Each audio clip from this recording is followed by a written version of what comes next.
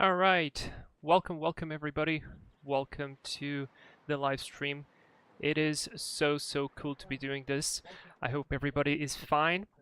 We have Captain Iceman on the line here as well. So Captain Iceman, say hello to everybody. Hello, guys. It's really a pleasure to be here with Vlad in this stream with the official release Hey of guys. Chieftain. We're pretty excited about this.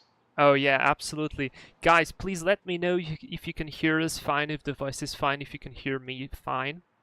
If you can hear Captain Iceman as well nicely.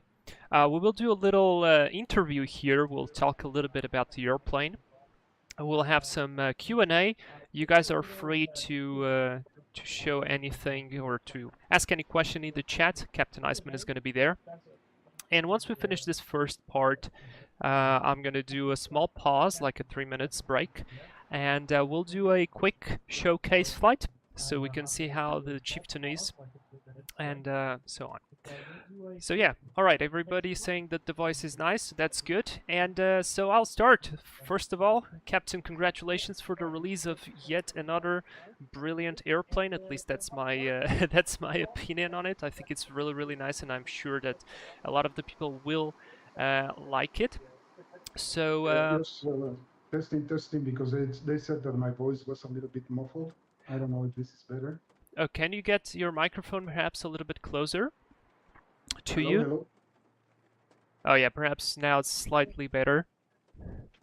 Can you say something again? Yes, testing 1 2 3 4. Testing 1 2 3 4. Okay, it should be better now.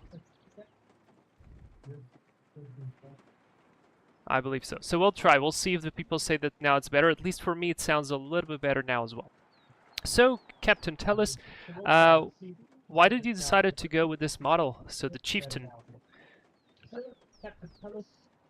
Well, I think that we started with the Seneca, and we just skipped with the Piper line. I mean, the Piper is it's a brand of aircraft that I love very much.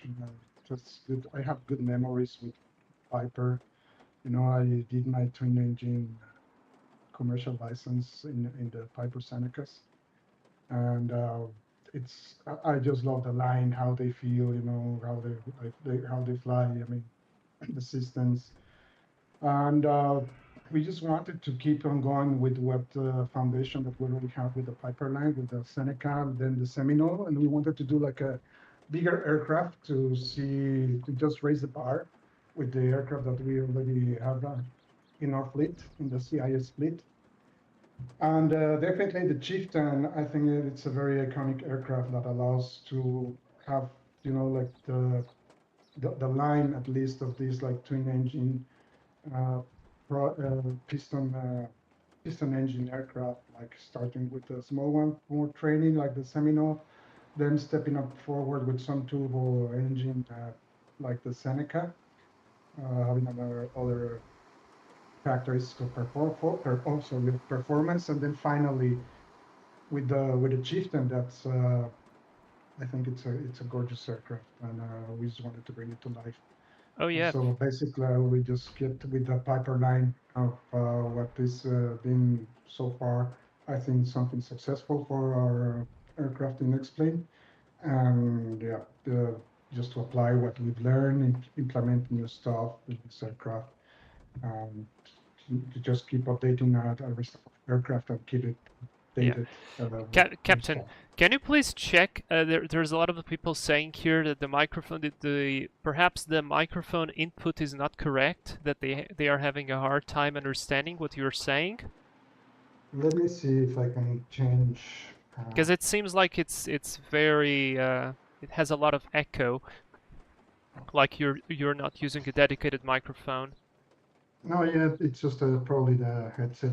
Maybe let me just switch for. Oh yeah, that's 100% not the headset. Right, guys, stand by. Stand by. We'll fix the problem for you. And while Captain checks his microphone, I'll try to tell you a little bit what he was saying about if you didn't really understand. So as you might have known already, Captain Iceman Series, they've been known for their Piper, for their Pipers, and as the Piper platform, Captain Iceman has a lot of experience. In fact, if I recall correctly, you have 2,500 hours on the Seneca, and as well doing all your multi-engine ratings and so on the Pipers. That noise. Sorry, is this one better? Oh yeah, 1,000% better. Guys, can you All right. confirm that you can hear better now? Well, sorry for the mic. We're gonna have a quick check here with the guys, making sure that the sound is okay. Yeah, 5x5, much better. All right, fantastic. So, Captain, I'll leave. Perfect, fantastic. All right. So, I'll leave you with the thing if you want to repeat something, perhaps for the person. Yes, for sure. It's that you know, we started with the Seneca because that's the Piper line. It's an aircraft. It's a line of aircraft that I love so much. You know, I did my commercial license in the Seneca. Flew like a couple of them, like for I don't remember, like between 800 and 1,000 hours before I went to commercial airliners. Wow. And this brings me like such good memories and such good stuff. So that's why we started with the Seneca at the beginning. And then we wanted to do something more for flight schools training. That's why we came out with the Seminole. But actually, the Seminole is being used in a couple of professional flight simulators. Oh wow! Now, that's fantastic. So yeah, that's good news. That speaks about like our flight model. Recently, we were on Flight Sim Expo, and some of the guys that are building the platforms for hardware and stuff for like complete flight simulator solutions, they are using our Seminole as for the flight model, mostly in European schools. But that being said, that having all this foundation of Piper aircraft, and you know, the next step was to do a bigger aircraft than the Seminole and the Seneca to just complete this line of twin piston engine aircraft, and the Chieftain was a perfect candidate. You know, we've been like checking if it was like the Navajo version or the Chieftain, because the Navajo is a little bit shorter, but we wanted to have something a little bit more heavy that will definitely complete at least this stage of the CIS fleet, starting with the Seminole, then the Seneca, you know, a bigger aircraft with turboprop, with turbo engines, and then moving forward with the Chieftain before we move to something bigger and switch to the other engine like the turboprop. That's what I was saying. So this is why we're considering to keep on growing our line into more performance aircraft, and the Chieftain was just exactly at the sweet spot to switch from you know, like this kind of smaller like general aviation mid aircraft like Seneca to like the Link to build something a little bit more with more performance like a turboprop. So this was the main reason, and I mean, I love the line of a Piper aircraft, particularly this line. It never gets old, and it's you know, very. I just love it. Yeah, that's basically it. That's awesome. That's really nice, and I agree completely. I just think that in X-Plane overall, if we look at the different airplanes that there are, I think indeed we were missing an airplane that would fit somewhere between the smaller general aviation airplanes and then the larger either turboprops or the jet airplanes. So I think this one is fantastic, and it allows you to do so much in terms of, I don't know, just having fun while still having that extra weight, extra power. It's really, really nice.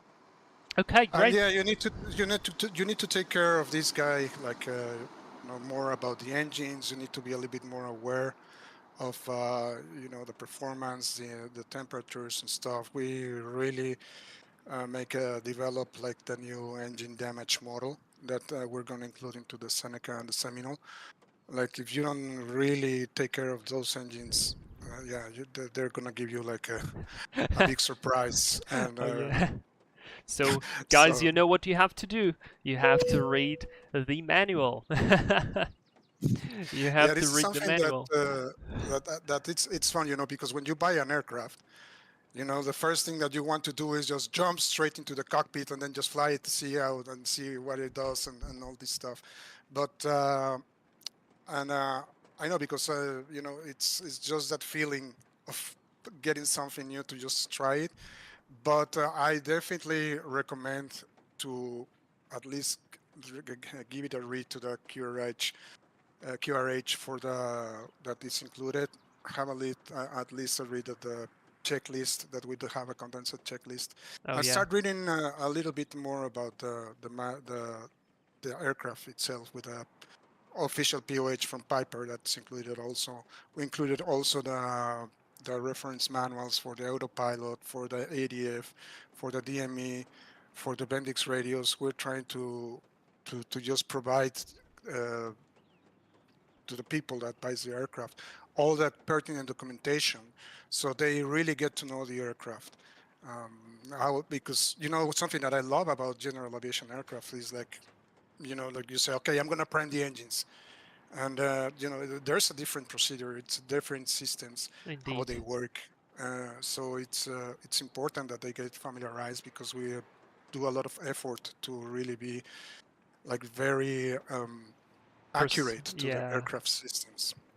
Yeah. So there you go, guys. You will need to read a little bit more to fly this airplane in its full capability. If you already have the Seneca or the Seminole, you already probably are aware of this. This one adds an extra step of complexity, but don't be scared of it. You will like it very, very much, and it's not that hard. Nice. So, speaking of the development, like what new things that you brought into development, or what are the biggest challenges that we came across? Like, I know that developing an airplane is an extremely complex thing. I could never have done it. And just tell us a little bit. I recall you saying something about flight model. The way that you processed the flight model was a little bit different this time. Anything? Yeah, we developed some proprietary tools for developing aircraft that, of course, building all the foundation and the experience that we acquired with the Seneca and Seminole, how we could make it even like better in terms of the flight model. So we developed a couple of tools, again, proprietary tools that we can now use Blender as a tool that can provide us all the information that we need based on the blueprints, on the center of gravity and stuff, that then we can specifically export that into the plane maker. So we don't rely that much into plane maker to create the flight model. Okay. We're trying to make an accurate flight model because, you know, I explained use the blade element to calculate the aerodynamic forces Oh yeah. in the fuselage, in the cowlings, and everything. So having like a better flight model that resembles better the shape of the aircraft gives you better aerodynamics. And another thing that we develop also for this thing is that we develop airfoil builder based on the current NACA airfoil that Chieftain has. So we were able to develop those particular airfoils with different Reynolds number. Okay. That this is how the airfoil behaves at different speeds. And normally you will find like complex aircraft and X-plane, they have like probably like 3 Reynolds numbers for that particular airfoil. Mm-hmm. We added like 5 Reynolds numbers. Okay. So we have like all the attitudes of the aircraft at different speeds that the aircraft flies. So X-plane can really have more data on how this airfoil behaves in terms of generating lift, drag, maneuverability, and basically that. So we already have these tools in place that we'll be using for further developing our aircraft. And why not? We will do a revision on the Seneca and the Seminole, that even that they have like very, in my opinion, and from like the flight simulator uh, people that are using our aircraft, it already has like a very good flight model. But you know, if we already have the tools, why not? It's very much, it's worth to give it a try and see how much we can improve our other aircraft. Oh You know, yeah. we are always like updating our aircraft. We're not a developer that just puts the aircraft out there and then just nothing happens. You've been part of the CIS family like since the Seneca and the Seminole, and you know how many updates we've Oh having yeah, through the time to and keep it up and improve the aircraft. and very quickly you guys fix bugs. It's incredible. Like, sometimes people report a bug and it's fixed on the day with a new version uploaded. It's very very nice. And again, I didn't know that your Seminole was being used in flight school to properly train. That speaks a lot, like a proper lot. That's really nice, and I'm very happy to know that. Incredible, again, very very cool. So I'm excited Yeah, for it's all of very that cool. stuff. I'm excited for all of that stuff. And guys, let me tell you, this airplane flies really, really nice. And it has a special edition for uh, those persons who are like me, who don't have a very good joystick at home. We're now well served. But we'll talk about that in a little bit. Before that, you spoke about development, of course, the continuation of development. What are the next steps that you plan on, like the continuous improvement of this airplane and the rest of the fleet? Is there anything in particular that you want to mention, perhaps? Maybe new systems, maybe, I don't know.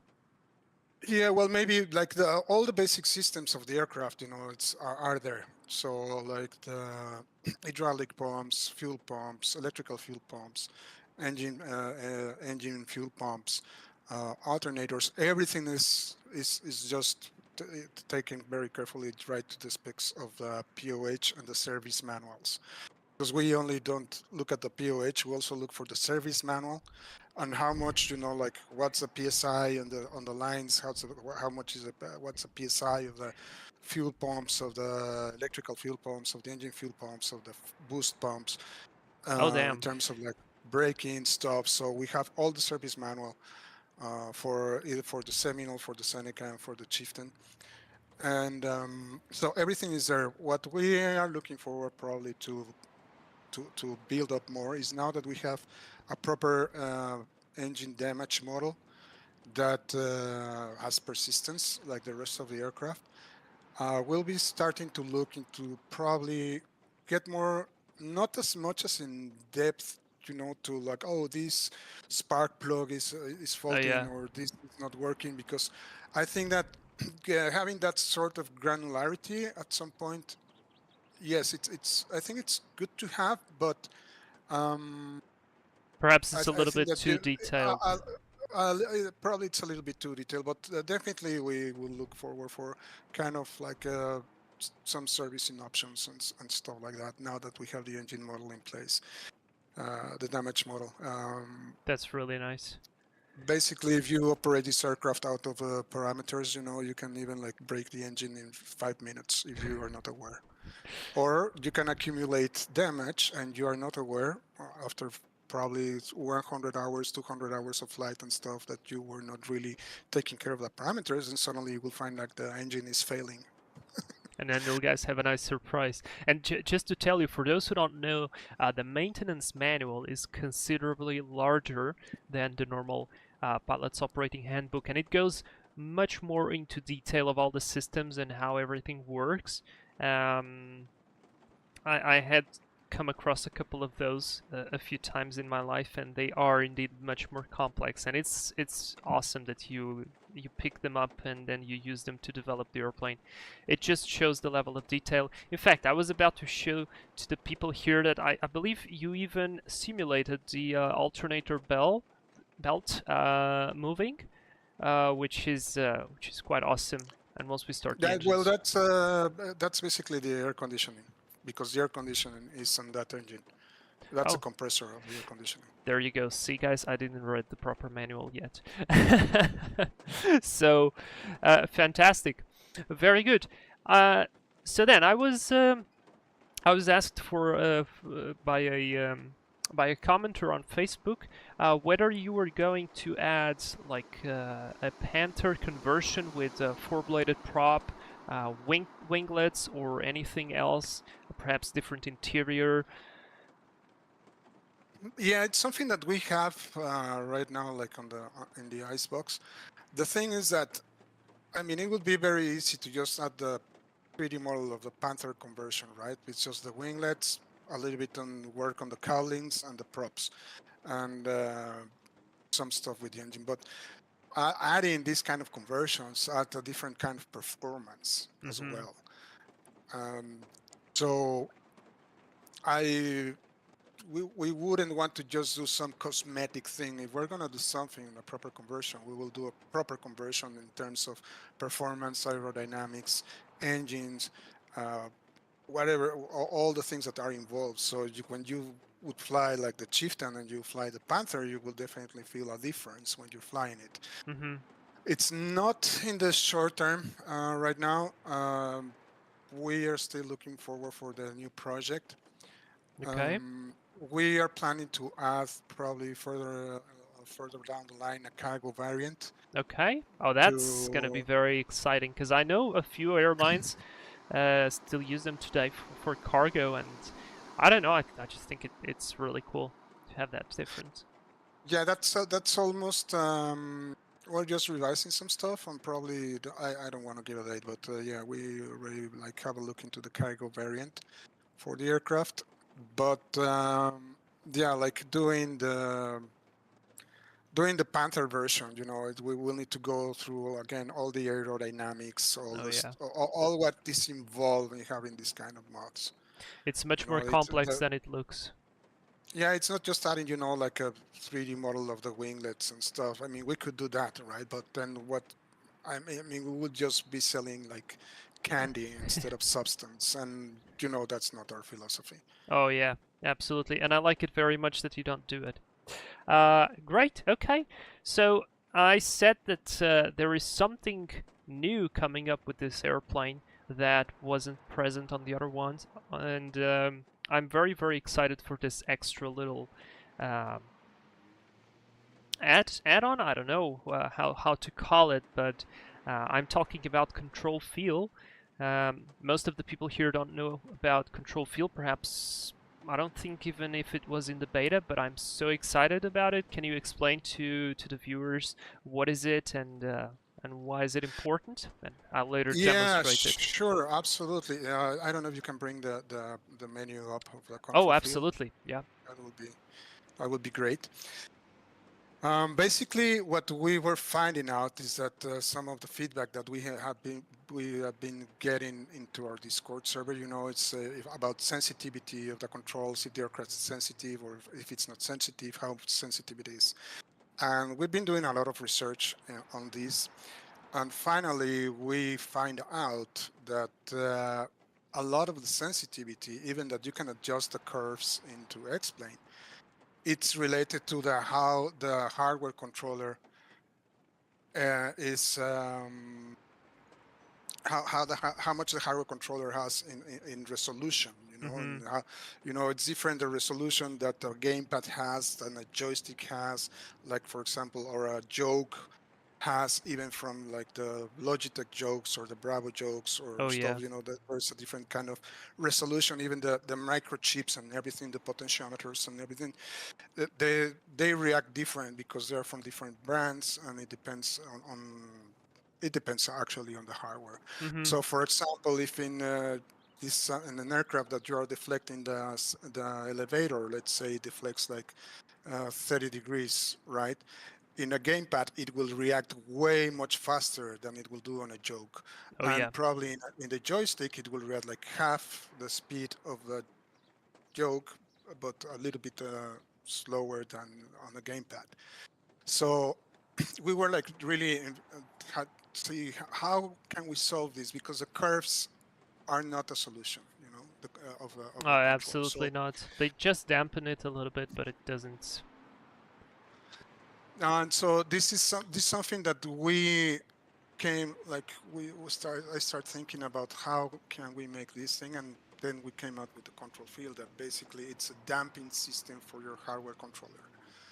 And I was able to fly the Chieftain and the other CIS aircraft with a gamepad, Oh, as well as I can do with a Bravo joke. So this was something. So this was something that we were. Sorry, let me just mute this no phone problem. call. So this is something that we were just looking into, and I think that during the beta program, we tested it with the beta pilots, and they're happy. So it's something that you can either use or you can not use it, but it definitely helps you to feel the weight of the aircraft a bit better, and it's something that you can definitely tweak to your hardware controller. So, for example, if you go inside the aircraft and start pulling the yoke and start reducing the sensitivity, you will see how the yoke is not reacting as fast as your controller, and so that gives you more of a feeling that if you pull, for example, the gamepad by half, you're trying to just like just Do a small pitch up, correction. Yeah. then it will damp that movement of the input of the hardware controller into the elevator, so it will feel as smooth as it will feel very smooth and more controlled. Yeah. You're saying so how much that elevator is deflected. The same with the ailerons and the same with the rudder. Oh yeah, and that is, at least for me, it was a game changer, because I completely, like, the airplane to me using control feels like a completely different airplane. It still flies the same, like the settings, once you get the pitch right, power right, it is the same, but just when you put your hand on the joystick and you want to control it, it is just so much more precise, and it's really, really nice. And the best part is, guys, this is going to be coming as well, if I'm not mistaken. Captain Iceman, correct me. This is going to be coming as a standalone plugin. So for those who get the airplane, they will get the plugin directly, right?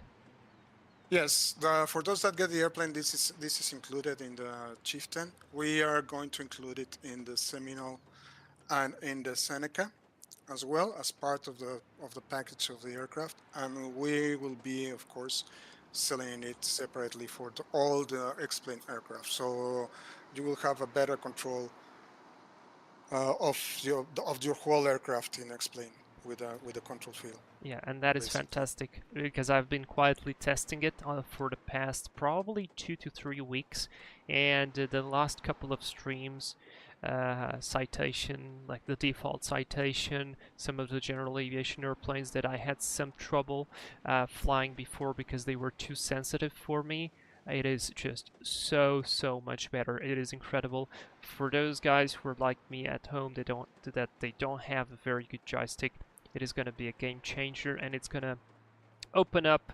possibilities to fly other airplanes that you would not otherwise be wanting to do, because they kind of don't fly very nicely. Certain King Airs like that, so now it is okay. So it is amazing, because it's not just a I mean, it's this airplane, it's an extra plugin, and it's kind of giving for the community, so it's really, really good, and I praise you for your work. It's fantastic, man. Really nice. Okay. No, thank you so much. And Thank you so much. We're very, we're very happy with it. And you should be happy and proud, because it's really, really fantastic.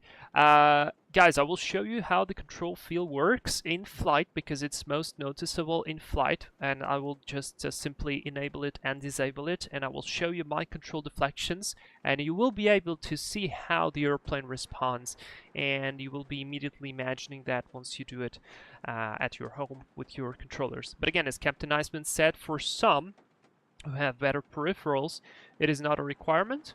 For others, like me, it's a game changer, and it's really, really, really good. So, coming out to the end of the questions, I'm going to ask the chat if anybody has any questions to Captain Iceman. Please write them now. I'll have a go through it. And Captain Iceman, while they do that, if you want to say anything to the people, you go ahead. No, it's just like any question that you have, I will be very happy to answer it. So people are saying that having a cargo would be great, because there are a few of them in X-plane, and I think an airplane like this is going to be definitely like it. Rob is asking, will the autopilot disconnect button on the yoke be functioning and animated in the future? So I guess Rob is going to be, maybe he was one of the beta testers? I'm not sure. What do you mean, like to click on the joke? Yeah. To click on the button of the joke of the autopilot disconnect? Yeah, like whether it's... that should be working. Yeah. Neil's saying not a... we will review this, but that should be working. Yeah, alright. Niels is saying not a question, but I think my first flight will be over Jetstream's FX Mexico City. That's a good one. That's a good one. I was seriously considering going there, but I decided to go with Alaska because we have a couple of interesting views here, and I just feel like this airplane fits here very well. I was indecisive within whether I go to Canada or Alaska, but yeah. Mohammed is asking, I use the virtual fly Yoko plus yoke. Is it required for me to make any changes to the fuel settings or no need? Mohammed, that's going to be like completely dependent on your own feel. You could get the airplane and then just think that it's just perfectly fine, as Captain Iceman said. Some will need to adjust it, others will not. There is also a predefined preset within the plugin that you can apply automatically, and then you can fine-tune it to your own liking. Alex asking you, Captain, love the Piper. Are you planning to develop planes like the Cessna 401 or 421?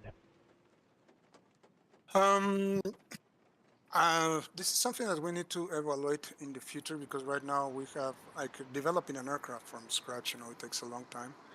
So even that we have the Piper platform already in place, it took us almost a year to get this guy out. And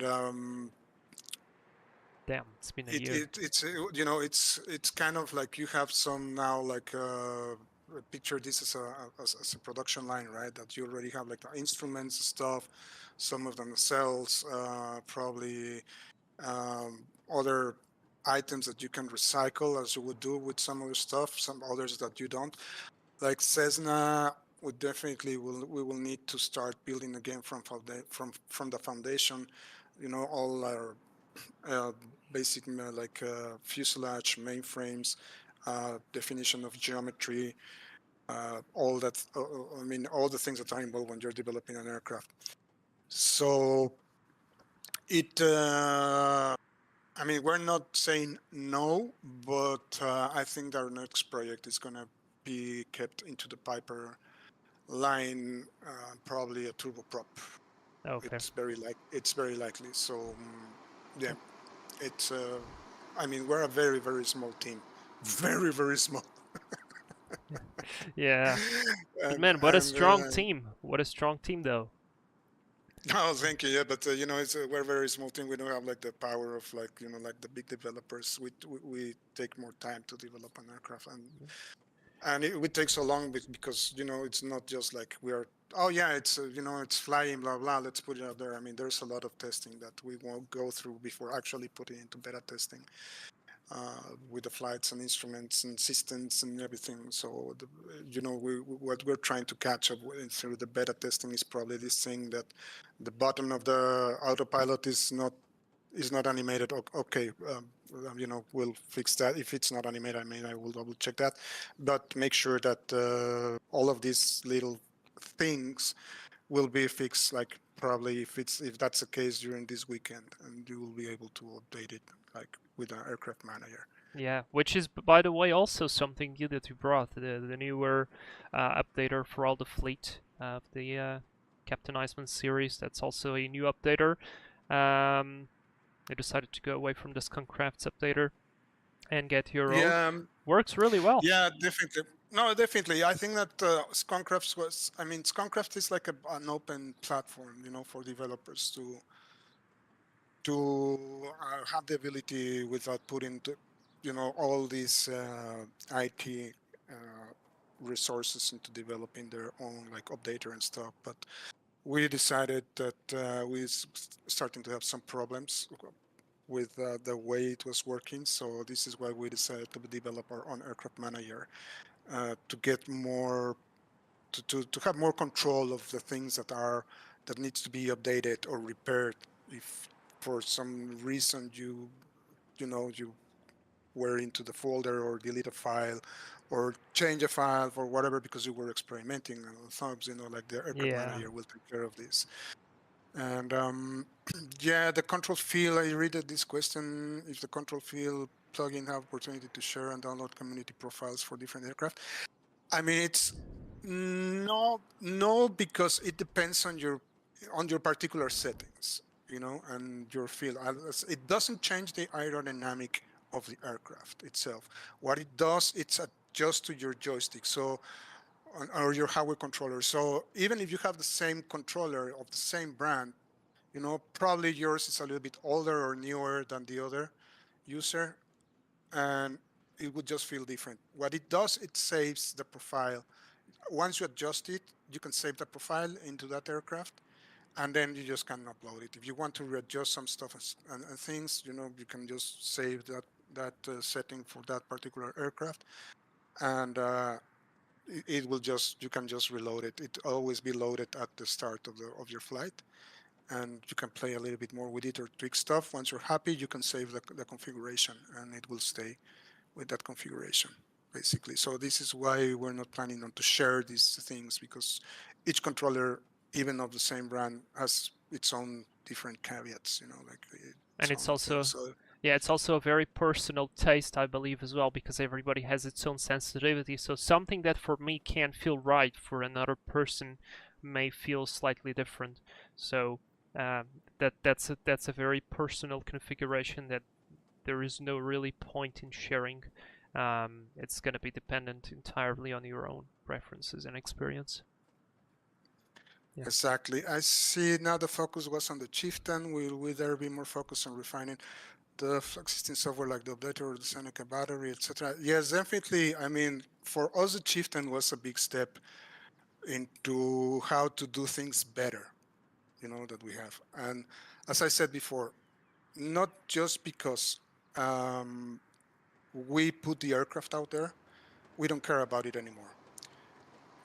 It's we are always looking how to improve all the aircraft, and the things that we find that when we're developing, how can we do better, that we're doing better because we started from with more experience, with more knowledge. This is something that we're gonna do and put back into the rest of our fleet. So it's not something that you bought the Seneca 2 years ago and just keep with the updates and that's it. You don't have any more updates. We are always updating our aircraft to make them better. If we find how can we code a system better with the battery, how can we include stuff like the engine damage model, things about persistence. Now that we developed this new like the priming system for the Chieftain, we discovered we were able to put a more simple system for priming the engines, that we will pass this same system to the Seneca that has some small things and tweaks because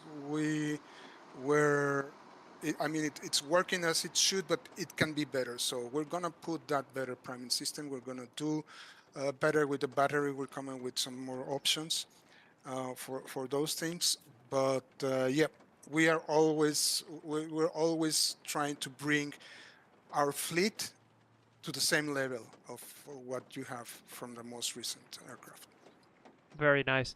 Let's do the last two questions here. The one I saw as well here is the Chieftain non-pressurized and does it have air conditioning option?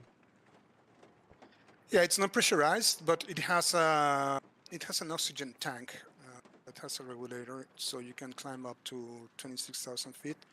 There's a valve in the lower right end to just start donating the oxygen to the passengers. They're just like a canal system for the passengers. That, of course, we don't have the passengers wearing that thing, but you will hear yourself breathing a little bit more heavily when you pull that oxygen system. So You need to refill the oxygen bottle after your flight, or check your oxygen bottle if you want to climb above 13,500 feet.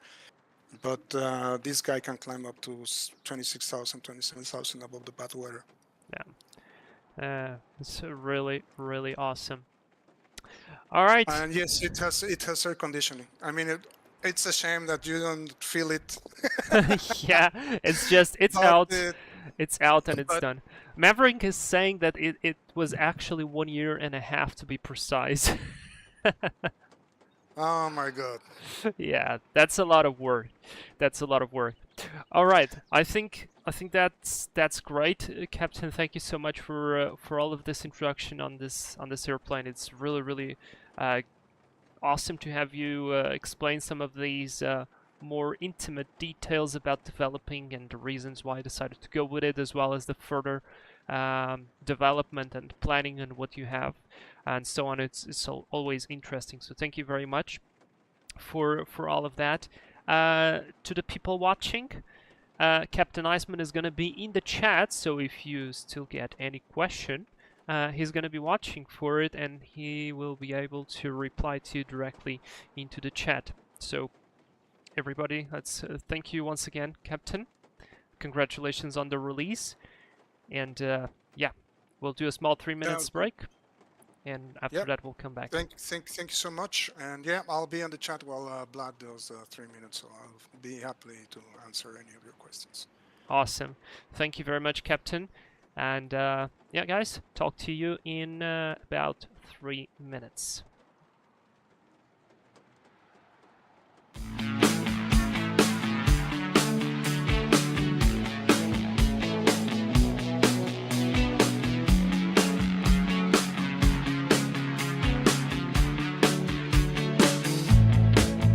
Turn it up, don't turn it off. Turn me round, put me in my place. From there, I can see it all, so beautiful. The world is turning fast. Got too many plans, but your eyes found mine, and I said, there's a record spinning in my mind.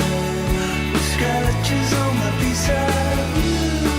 You're a record spinning in my mind.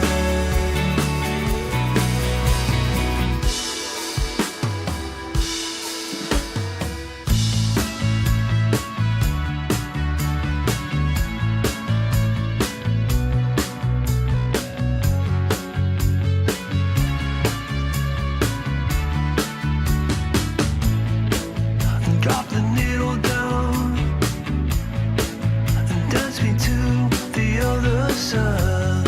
And from there we can fly into the 80s, Brooklyn to LA. Our hands in the air, our hands in the air. There's a record spinning in my mind, with scratches on my B-side. You're a record spinning in my mind.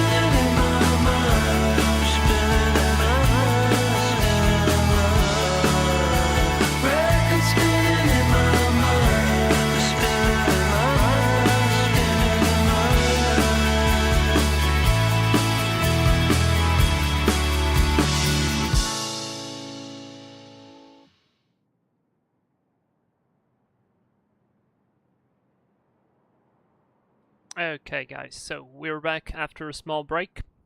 I hope you're enjoying everything. Remember to post your questions on the chat. We're coming now to the last two stages of this live stream. A quick showcase flight where we'll look at the airplane model, we'll look at how it flies because it's just amazing. And also, of course, the giveaway. So there was a giveaway. Captain Iceman decided to make a giveaway here on the channel. It was really nice, so we created a forums, and we have 123 candidates to win a free copy of the Chieftain. So we will do the prize annunciation at the end of the live stream. In fact, we'll use a random number generator so everybody can see I'm not cheating, and I'm super excited for that. I never did it, so yeah. What we're going to do now is do a quick flight. I'll show the main aspects of this airplane. I'm not going to be focusing extremely on procedures. We'll follow the basic stuff. We'll follow the basic limitations because I don't want to have an engine failure. Just as Captain Iceman said, if you don't do your things correctly, you may have an engine failure within 5 minutes. So that is not something I'm looking for today. Anyways, as you know, all the airplanes of the Captain Iceman series have a walk-around feature. So you do have your cowling plugs, you do have your chocks, you do have your pitot covers. That is all very, very important for you to remember. Additionally, there is a dedicated battery for this airplane that you can access by opening this forward compartment, and you can connect it because, as you guys know, this airplane has persistence. So if someday you forgot to put your battery out and you exited X-plane, next time you're going to come up and fly this airplane, your battery is going to be completely dead. Also, before anybody has a surprise, this airplane also has consumable oil that you have to check with your dripstick. Previous users of the Seneca and the Seminole are definitely already aware of this, because of the few surprises that there was due to the engine fire catching up, because once the airplane comes up to your hangar, guys, it is not going to have a lot of oil. I think it stays somewhere near the 4 quarts, which I believe is the minimum, but I'm not sure. I think it's slightly more than that. No, it's probably like that. But anyway, the white line here is where your oil is at. Because I've updated mine, it is now topped up, but I actually wanted to show you that with time it will start to slowly get down. With all the beta testing and so on, my line was about here, and I was really happy to show you guys the oil refillment. You can also refuel the airplane, which is a very nice thing. I'm just going to do a quick demonstration for today. I'm going to plan to do another flight next time where we actually do a proper preparation with all of the things like fuel planning, refueling, weather check, all that stuff. But today I'm just going to show you that yes, you can refuel. There are 2 tanks per wing, and you can change between the tanks depending on what do you want to refuel. So in this case, I know that I have to refuel 10 gallons on the right wing on the first tank. So after you hold it for more than 3 seconds, I believe if you leave it, it will stay there. Otherwise, if you just press it, it's just gonna add a little bit. So really nice. I need 10 gallons. Let's finish this. I love this detail, you know. For those who actually flown smaller general aviation airplanes, you guys 1000% know that this is one of the very realistic parts of it. Alright, there we go, 10.6, that's fantastic. Let's close that. And let's go and hop into the door. Man, I do love this scenery. We are in Alaska right now. We're not in real time, not in real weather, because I wanted to have the perfect conditions to show you the airplane. Oh yeah, one thing I forgot to show you guys is that these can open, so cabin compartments, and one on the front as well that does open as well. So there is this one as well on the cowling. You can put stuff here, and then I'll just fly over the wing. There's also a baggage compartment right here which you can access and the weight that you put there will affect your weight and balance. Now, to open the door, this is a little bit of a tricky thing. It's not exactly tricky, but you need to get used to it. Essentially, there are 3 steps that you have to do. First things first, you of course need to unlock the door. So you click on the key here, and it will unlock the door itself. Then you're going to have to push this handle up, so it unlocks the blocker, and then you click on it and drag down to open the door properly. So this is the way it's coded right now. Probably Captain Iceman is going to do a little bit of changing later. And the procedure from the inside is slightly different. You can either click here or you can click on the handle. You'll see it on a second. So if I click here, it now does the first step of closing. You can open it here, but let's assume we want to maintain it. Then you do this, and then you do this. So these are the 3 steps that you have to do. From inside, you just do this, this, and then open up here, and it goes. Okay, nice. So, starting with the interior, let's have a look. We have a small, I'm going to call it like a sink. Everything is opening. This one does open as well, which is nice. Perhaps with time, Captain Iceman is going to put some stuff here, some Easter egg or something like that. The water doesn't work, which honestly I couldn't care less. Nice interior. I really like the way it is right here, and I could definitely see a cargo variant here with time. All the lights operate once you of course establish the battery power. Some tray tables there, nice curtains as well, nice view. And let's hop into the cockpit. You guys already saw a lot of the pictures, and I love this livery because it gives this slightly beige color, which I think fits really, really well. So, starting from the handrests, I like to put them down so I can have a better view of the fuel selectors once I'm sitting here. Fuel selectors, crossfeed, firewall shut off. Of course, we have the cowling flaps control down here. All the trims, we have 3 trims here, one for the ailerons, one for the rudder, the larger one, and of course one for the elevator. All of those can be reset if you click on its position, which is very, very useful. Your autopilot panel right here, we're not going to be using the autopilot today, just so you guys can see how incredibly this thing flies, even when hand flying. Of course, our main throttle controls, prop and mixtures, flap indicator and flap lever, air conditioning controls with alternate air as well. For those who were asking whether this airplane is pressurized or not, with the oxygen, there is an oxygen bottle, and the oxygen supply is right here, so just pull it on, and this is how you start to get some oxygen. This is where you have to check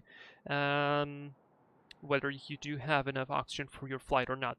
Just be aware that it will depend, like the amount of oxygen you'll spend will depend on the amount of passengers that you will have on your airplane. So the more passengers you will have, the faster you're going to deplete the oxygen supply. That is actually all available on the manual. There is a table that shows you how much you can fly with a full bottle, depending on the amount of passengers, and gives you a time estimate, which is really useful. Battery voltage is right here, and gyro pressure is right here as well, with the main engine instruments, or almost the main engine instruments, but fuel pressure, oil temperature, cylinder temperature, and oil pressure right here. EGT, engine RPM, I love the way it's located right here compared for the Seneca, for instance, because on the Seneca it's located down here. It's not very intuitive to look at it. On this airplane, the cockpit is just fantastic. As you guys might have noticed as well, we do have the support for the Garmin, or in this case the TDS, GTN 750 and 650 configuration, as well with the weather radar. So those who have the amazing add-on from TDS, you can use it to your full advantage. Those who don't have it, I highly suggest you, because this thing absolutely blew my mind. I know it's expensive, but damn, it's good. It is really nice, and it's I think it's been the newest trend for general aviation airplanes. The instruments are nice and sharp. which is really nice. And I'm even using the textures on medium. They still look fantastic on my system, which is incredible. The gear lever is it has a particularity. You guys will find this out. It has 3 positions. It has an off position, which is the middle position where it's sitting right now. It has the down position, and it has the up position, which essentially is because of the way that the hydraulic system for the landing gear works. Very much, if you are familiar with the 737, the principle is kind of like the same. It's slightly different, but it's kind of the same. If you pull it down, that means that the system will work to put the gear down. Once the gear is in down position, the lever will automatically come to the neutral position, therefore alleviating the system's pressure. And if you want to put the gear up, you pull it up, and once the gear is fully up, the lever will automatically recenter itself. You'll see it in a little bit, but this essentially gives you an important task to do, which is different from other airplanes.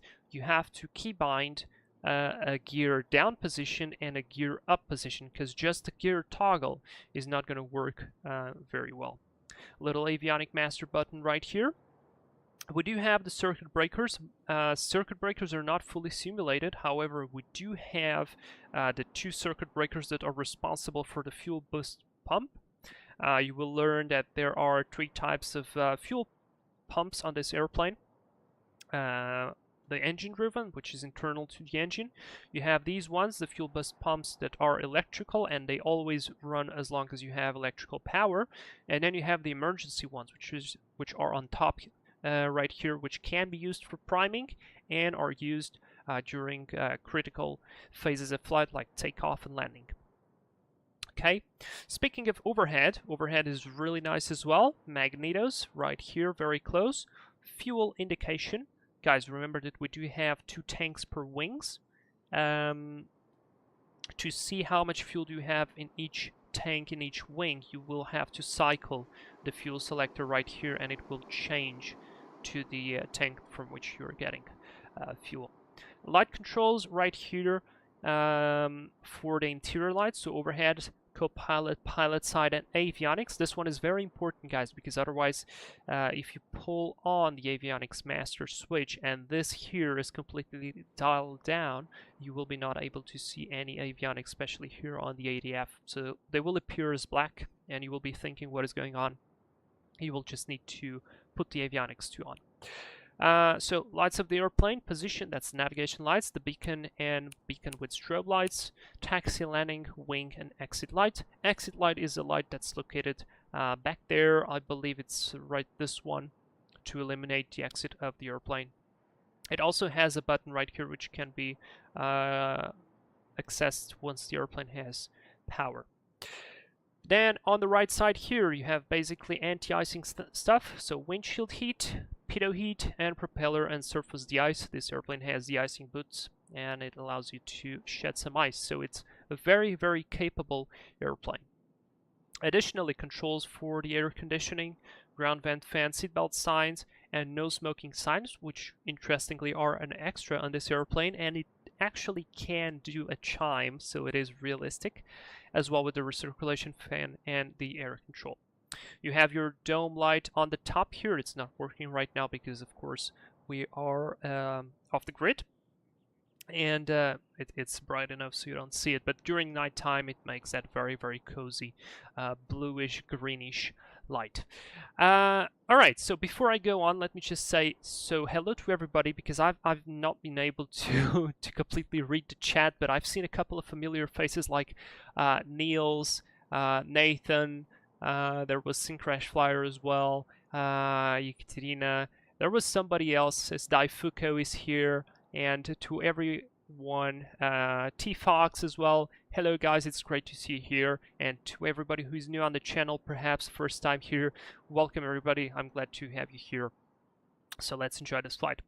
Okay, so last thing before we get on, of course, like every Captain Iceman airplane, we do have a beautiful menu where we can access all the fuel levels, all the weight, the state of the engines, whether we have or not have refilled the oxygen bottle, the different avionics, whether we want the TDS or we want the Garmin GNS 530, which is also a very, very nice option. I'm going to go with the TDS for this one. For those who have the G5 edition, they can use that as well. I don't have it, so I don't use it. And you can also show the passengers in interior views. So if you want to see like the person sitting next to you, or you want to see the passengers in the back, you can toggle that, and once you seat the passengers, you will be able to see it even on an internal view. Then, of course, the barrier settings you can change from hectopascals or inches of mercury. The weight load payload can be either in kilograms or in pounds, depending on what or where you are operating, or just personal preference. I like kilograms, so we're used to that. And adding weight is extremely simple. You just click on it, you can scroll, and that will essentially change the weight of the thing. So I'm going to put a full load here. You can see in real time whether we are within limits or not. So let's say if I put a lot of load here on the back, probably I'm not going to even exceed it. Yeah, I've completely filled it up. Let's make somebody real fat on the back. And as you can see, we went outside of the limits for center of gravity. We can do that either with limitations of center of gravity, so go either too much aft or too much forward. And as well, we can go above the maximum weight. So that's all very, very cool. All the baggage compartments are completely workable, so even on the cowlings you can put some weight on, which is really, really nice. And you can refuel the airplane through here. So if I press on it, actually now it's like that, it doesn't do, but if I scroll it, you can refuel your airplane. Really nice. So let's say you want to do a training run, you want to do some IFR training for your ATPL or something like that, and you don't want to spend the time refueling the airplane, you can just hop in, scroll down, refuel the airplane, and up you go. So it's a really nice menu. I think it's one of the best. In fact, I really like the way it's done. It's very simple, one page, does it all, and nicely organized. All right, let's start with batteries. Let's power up the batteries. Let me just confirm that we closed everything and I removed all the covers, because last thing we want to do is start the takeoff roll, and then once we do that, we get no airspeed indication, right? So I'm going to put the fuel boost pumps on, and I take them out on purpose because, as you can hear right now, they do make a little bit of a sound. And I don't like hearing that sound usually when I'm doing some pre-flight check or whatnot. But yeah, now we're just going to go and quickly start the airplane. I'll show you how it flies. I'll show you the control field. That's probably one of the most exciting things. And then we'll see. I have like a 45 minutes flight planned, but maybe it's going to be too much. We'll see how it goes. So yeah. Alright, everything is set up right here. As you will be able to see, right now the fuel selectors are in the off position and the fuel indications are as well showing zeros. So, because the manual states we're going to have to start from the inboard. As soon as I put the fuel selectors, we start to see the amount of fuel we have on those tanks. If I, let's say, change this one to the outboard, you will see that it will indicate the fuel amount for the outboard. So I'm giving you a quick flight and a quick tutorial on some of the things that are a little bit different. Alright, let's get the beacon light on. Let's get the position light on. We can see some load on the battery right here. The battery, though, is nicely charged on the green area. So we have to prime these engines. Let me just make sure that my parking brake is properly set. Yes, it is. I'll reapply it. And to do that, I'm going to put these two forward to about the T right there. Works pretty well to me. Should be like half an inch. I think this is a little bit more than half an inch, but it works nicely. And now we put one of the mixtures full forward.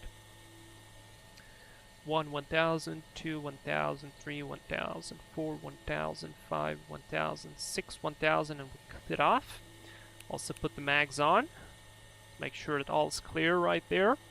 And now I'm going to crank it, and as soon as I hear it start, I'm going to advance the mixture lever forward.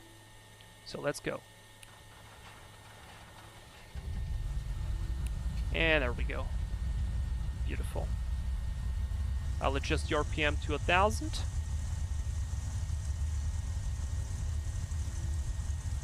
the right alternator in-op light disappeared. You can also check the lights right here. You can see that one disappeared. So it means it's good. It's now charging the battery. And very nice. Let's do the same for the other engine. So this one is still on the T. Let's pull it forward. By the way, guys, let me know if the airplane is a little bit too loud or not. I can lower the volume a little bit. Perhaps like this, it's a little bit better. Let's do 1 1000, 2 1000, 3 1000, 4 1000, 5 1000, 6 1000, and cut it off. Mags on. All clear on the left side. And let's go.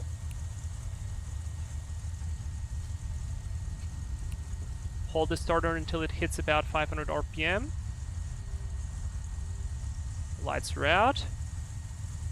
There we go. Very nice. I have to do this with my mouse because my controller is just single lever. So once the engines are started, I can then do it. Okay, very nice. We have a good start. All the engine pressures and temps are looking good. Of course, make sure to open your cowling flaps always. Let's power up the avionics. Let's put some lights on. And they are also illuminated right here, so if I switch it off, it actually makes a difference, so it's really cool. Just gonna power the Garmin. Again, the avionics state, the way it's gonna stay is gonna be exactly the way that you left them. So TOS, system test okay. I always get scared with this.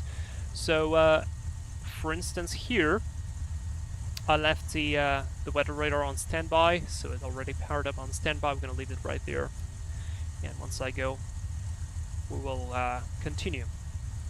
So there is a gear check, and let me just show you that if I pull it down now, it will return to the previous level. This is what I wanted to show you. The same is going to happen once we're going to come airborne. We're going to pull it up, it's going to go up, and then it's going to return to the neutral position. Alright, since we have everything ready, I brought here the checklist that comes with this airplane. It's really nice that I skipped probably half of it already to start the engines a little bit quicker. So it has all the correct procedures that you have to do. We will do it on a later flight. Not today, but on another day, to showcase some proper operation with this airplane, because it's really cool when you do the things properly. So let's, it even has like the instructions for engine start, hot start, or flooded start. What do you have to do in order to do the procedure correctly? Alright, let's go to the before taxiing, because that's what's going to come next. So the APU, auxiliary power unit, so the battery on the outside. Again, if you have a flat battery and you have started your airplane with the battery on the outside, this is the time to remove it. Master switch is on, the lights are as required, avionics switches are on, gyros are all set, well in this case they're all just normal. Altimeter and clock, we have 2902 set, and the clock is checked, it's local time or whatever UTC time is right now. The autopilot checked and off. I believe we have to put something on. Yeah, and then I disconnected. It works. Fuel valves position are checked. Radios checked. Parking brake will be released once we will go for it. Now let me just pull up real quick here on the map. In fact, not on the map, but on the flight plan. I'll go and add our destination to the airport. Just gonna be Valdez Pioneer. I'm gonna come back here. Map mode. CDI, we are going to be in GPS, that's correct. And one of the realistic things, by the way, this airplane does not auto-tune or auto-positions your GPS needle. You can change that in the TDS settings menu, which is right here, general settings, no, should be here, settings, and should be like slave something.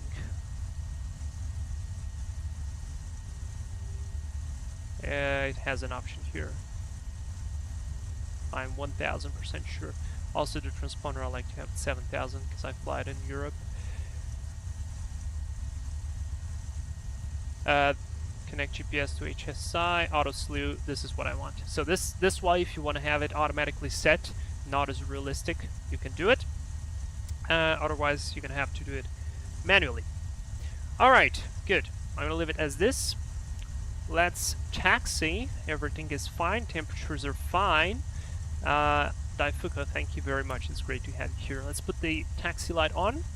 Release the brakes. The parking brake in this case. Check the normal brakes. They work. And let's go. And taxi. We also check the gyros, that they are turning in the direction that we want, as well as the compass and the turn indicator. Clear on the right, clear on the left.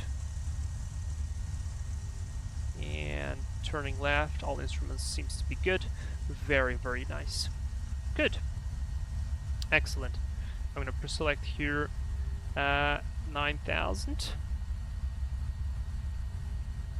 Just so we have a reference. Let's get our weather radar on after we do the run-up. And then we're going to get going. Wow, quite different to the Seneca. Yes, indeed. It is quite different to the Seneca. And you know, one thing that I really like about this airplane? It taxis so nice. It is just incredible. And by the way, I just put my headset on, so you can use that as well. Right now, I'm trying to keep it on so you guys can hear more the engines, because they sound quite nicely. But please let me know if it's a little bit too loud. I'll try to lower it down for you. Okay?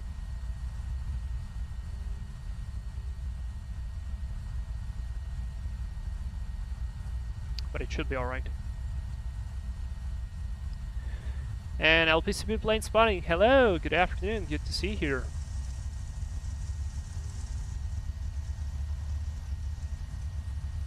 Click it one more time.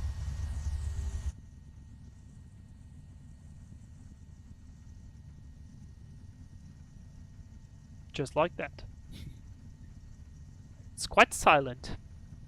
It's quite different.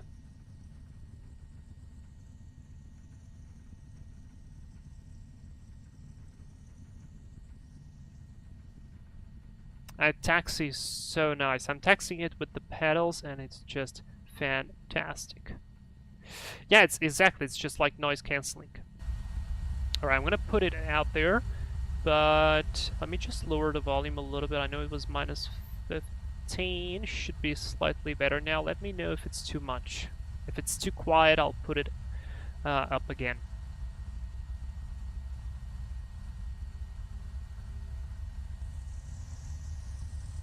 Alright, I'm gonna hold here at this holding position, because there are 2 runways right here in this airport.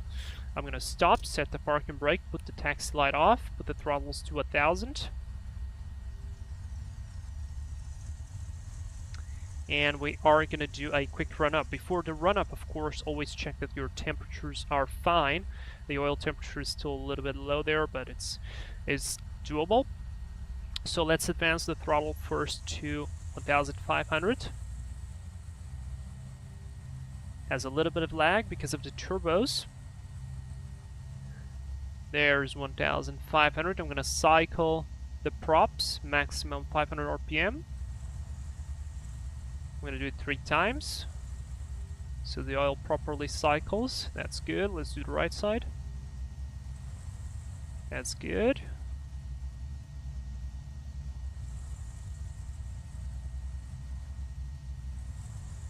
Okay, very nice. We're gonna check that the gyro pressure is on the green. It is. And now temperatures are all looking good. Let's advance it to 2300 RPM. So I wonder how this happens in icing conditions, because 2300 RPM is pretty high power setting. I just feel like your airplane probably start moving. Alright, there is 2300. We'll be looking for the magneto check right now. So we're looking at the RPM drop, and I'm gonna go off. There's the drop, and there is the recover. Let's do the other side. There's the drop, about 120 and recover. Let's do the other engine.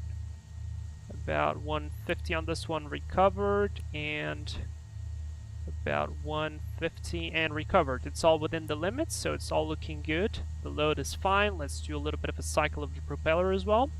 Maximum 300 RPM. Yeah, it's doing good. Let's do the other side as well. Alright, very good. Let's put the power to idle to see whether the engine keeps everything on or not.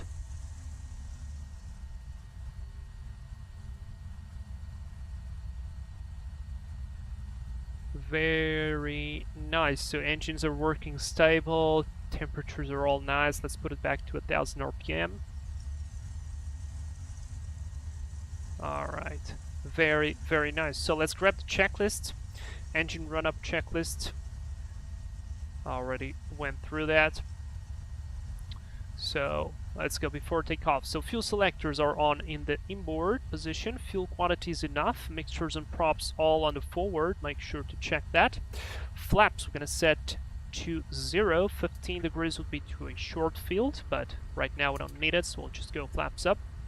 Autopilot is off. The trim is reset. Actually wasn't.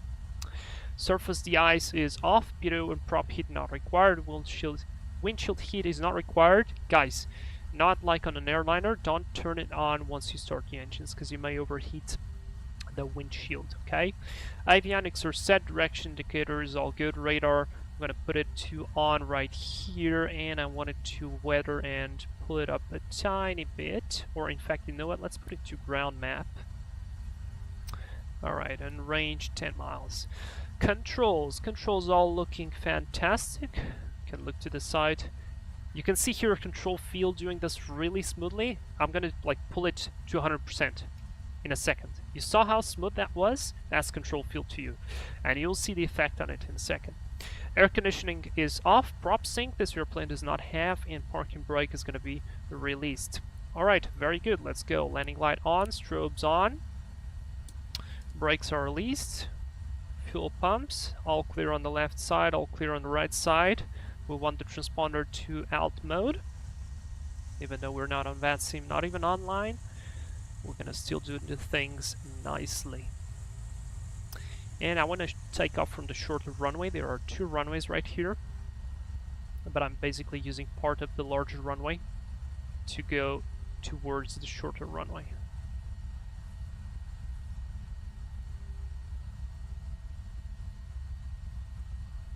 Is the weather radar able to tilt? Yes, it is. And I'm gonna go to this right runway. Past the center line already. Alright, let's stop here. Stall's pulling up the props. These MPs all looking good. And let's go watch that maximum manifold pressure now. Don't exceed the red line. About 45 is enough. Alright, all good, speed is alive.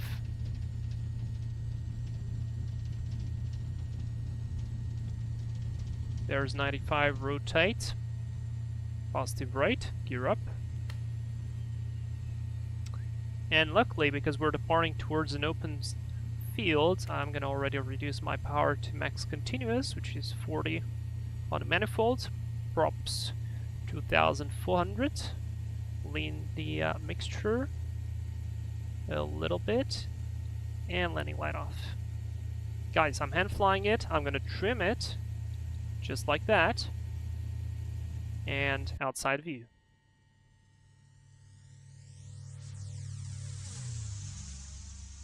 What a beauty. What an absolutely beauty. Oh my god, would you look at that? That's a screenshot. And I'm hands off. I'm not doing anything. It's stable as a rock. Of course, we're not into too much turbulence, fortunately, but it's incredible. It is just so nice.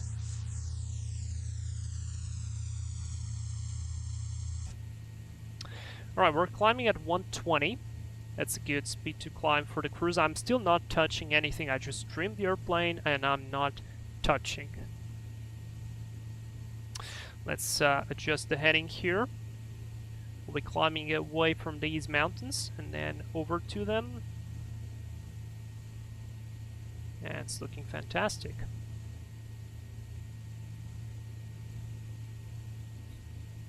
Niels is doing the work I should be doing. Remember to click like. Thank you very much, Niels. And off we go. Off we go. Absolutely beautiful. I still haven't touched the controls, guys. I have trimmed the airplane and it's stable as a rock. The speed is good. All temperatures are looking good. The power is there, and this is how amazingly it flies. I'm just going to do a little bit of adjusting. This is the first time I touched the controls after I trimmed it. Just a tiny bit of turbulence. Even with a little bit of turbulence, you can see it. It's just extremely stable airplane, which is amazing. Use the top leftmost switch to open the AC on the right cowling. Let's do it. And top leftmost switch to open the AC. So ground vent fan, I guess air control. And it was actually right there. You can see it rotating. Wait, let me change the views.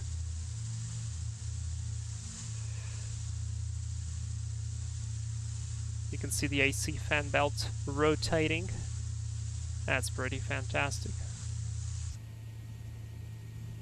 Alright, there we are. Through 4,000 feet. Pretty much on a full load. Top of the cowling, the vent is now open. Oh, this one right here, I see it. Wait, let me do it again. That's not the air control, but this one. And now it's closed. And let me open it again.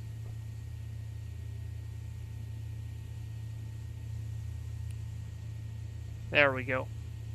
Oh, it seems like it does have an effect as well on the flying of the airplane. Really nice. Alright, 5,000, let's see, can we overfly these mountains? The views are absolutely delicious. I'm gonna continue onward.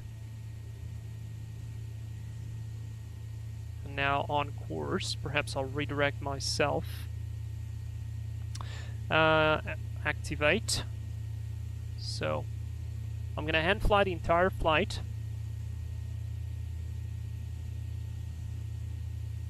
Let's see if I can do this nicely. Air control, yeah. I read it on the manual actually today, but it seems like the way they explained how it works is a little bit scattered across different topics. So yeah. But it's alright. Very good. Very, very good. Absolutely beautiful location as well.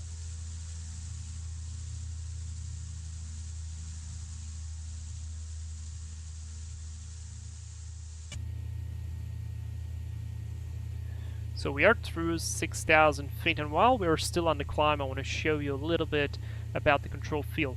And the control field is most important probably when you have to do a lot of small adjustments on your flight path, especially when you are doing an approach under like an ILS or instrument conditions overall, where you have to do like small precise corrections, and all the small inputs that you do on the flight controls are very, very crucial. So right now you've been seeing me like I'm going to do a little bit of right turn, left turn. Is not too bad. For me the most important was the pitch, so I'll do a little bit of pitch up and pitch down, and I'm doing the same movement as I am gonna do next time, right? So this is with control field on. And let me now come here to the control field, and I'm gonna click on direct. So now there is no filter. Did you see how fast the control moved? On the roll it's not too bad. Check out what happens with the pitch on my controller. I'm doing exactly the same input. See how much nervous it is? Now, let's say you are on an ILS and want to do a little bit of an adjustment. You do a little bit and the airplane starts doing this. This is what was happening on me. It was really hard to fine-tune small adjustments. Because what I was doing, see this, it was really hard. So, control field on. I'm going to do the same exact movements.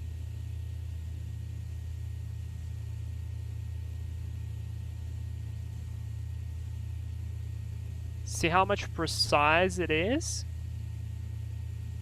It is amazing as well once you feel it. It is very, very cool. It makes a lot of difference. Alright, let's level off. We have Chuma. I think that's how you pronounce your name. Let's start to level off here at 9,000 feet. This is what we wanted. Power back slowly.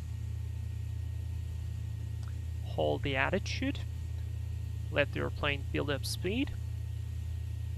I'm going to decrease the manifold to about 30.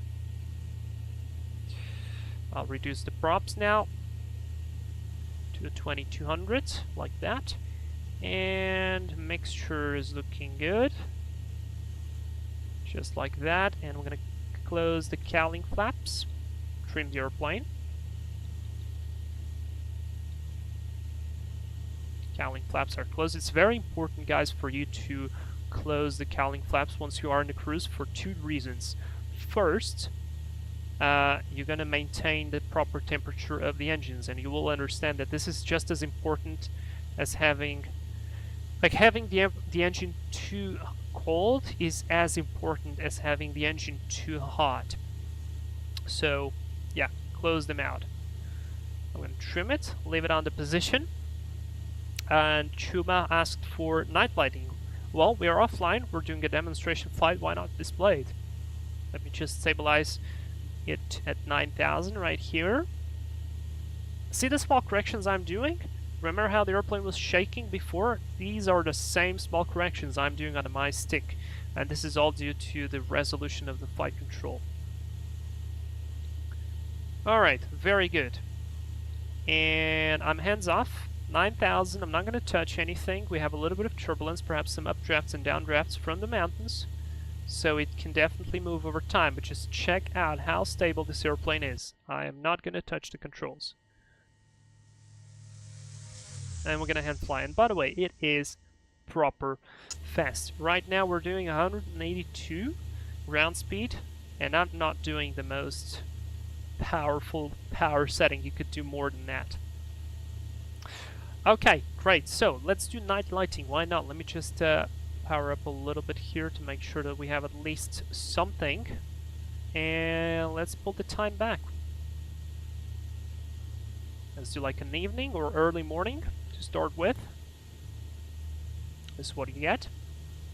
So this is what I was saying about the avions. Let's put them back. Right now you can see they're basically pitch black. So you have to scroll them up a little bit so you can see the indications. I really like it. We also have the dome light right here. It's on now. Right now it's not doing a lot of effect. But let's pull the time a little bit further back. Oh, one cool detail, guys. How should I do it? Let's go from the inside. If you come here, check this out. The exhaust is actually lit. And it's not simply lit when you have the engine on. It depends on the amount of power you're putting up through the engine. So if I pull the power to idle, it will cool down and it will be less bright. It is really, really nice. Alright, we're deviating just a tiny bit. That's probably an updraft. Let's correct our heading situation and our altitude situation real fast. Let's put it to nighttime. Like proper nighttime.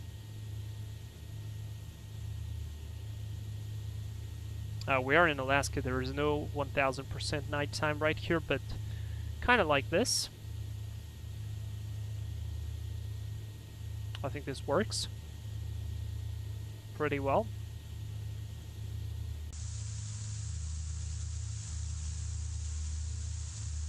It is really nice. Let me see if I can showcase you this. Oh, it's brilliant now. I'm going to put the power to idle. Just add a little bit of mixture first. There's the gear horn, and it should start to slowly get darker. Maybe not as fast.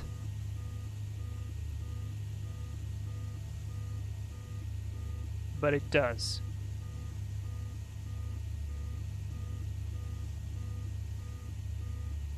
Oh, I think it's starting to fade now. Yep, it's definitely fading. So you guys can see the effect. Alright, before we plumb into the ground, let's have power again. Let's recover our altitude. Let's get the props to 2400. Open up the cowling flaps. Put it to 40 on a manifold.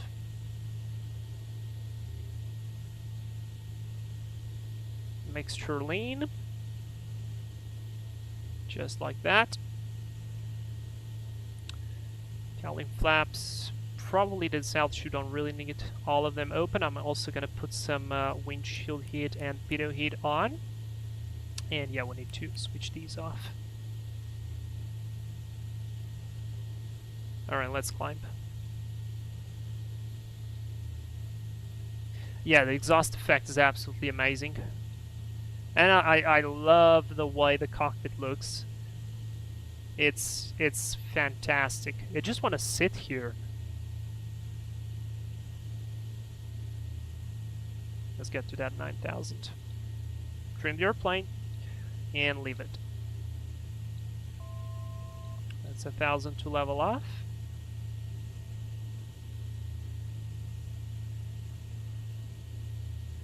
Absolutely stunning. Also, we should check the cabin.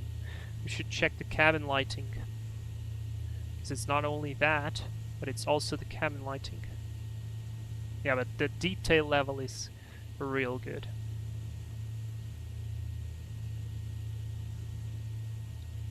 $500 to level.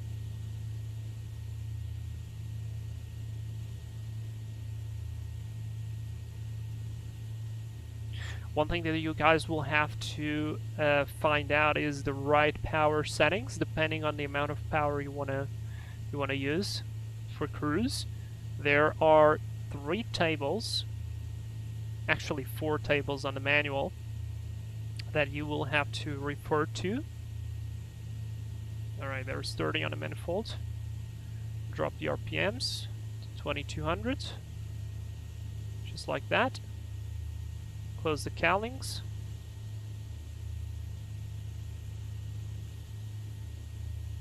Airplane starts to build up speed. We'll want to climb. We're going to trim for it to maintain the altitude. Power is good now. Flying fantastic. Look at this. We haven't used the autopilot once yet. Alright, let's put back some daytime. Or you want to stick it with this? No, wait, we wanted to see the cabin. Of course, the cabin. We can start with exit light, which is actually apparently already on. No. This is it. With the ceiling on. If I turn it off. Okay, there we go. So it seems like there are 2 light sources. Just keep it in trim. So then we have these ones here, like reading lights. All of them work independently.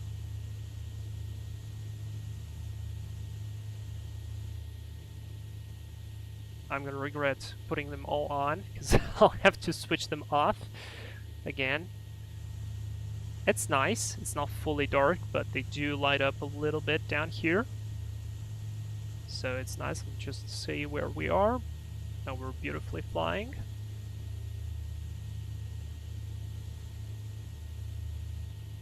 So let me put them back off.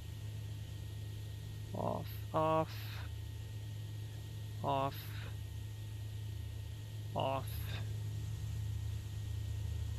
Off and off again. Wow, look at that. That's a sick view right here.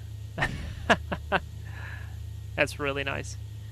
That's an effect I've never seen in X-Plane before, but apparently there are other airplanes that do have it. I haven't ever seen it. It's really cool. Let's check the outside. Outside is really stunning as well, with all the reflections and all the lights. And look at this.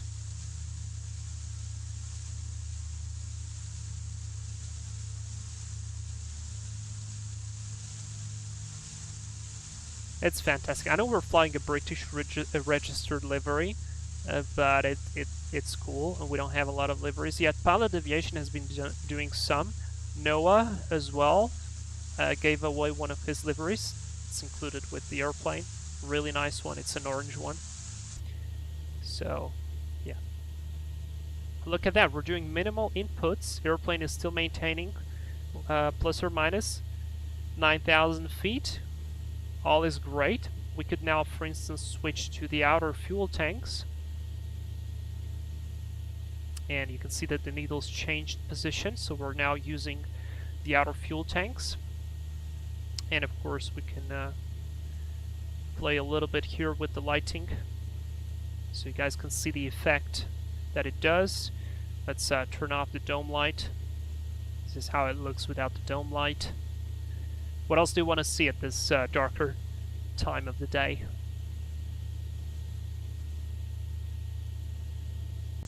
Oh yeah, we can see the wing light here.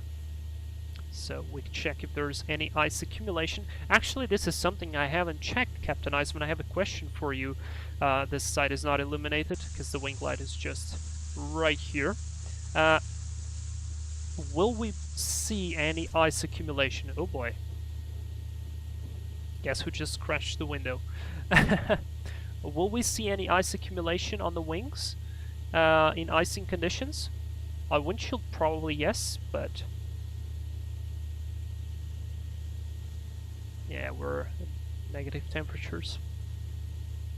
Definitely.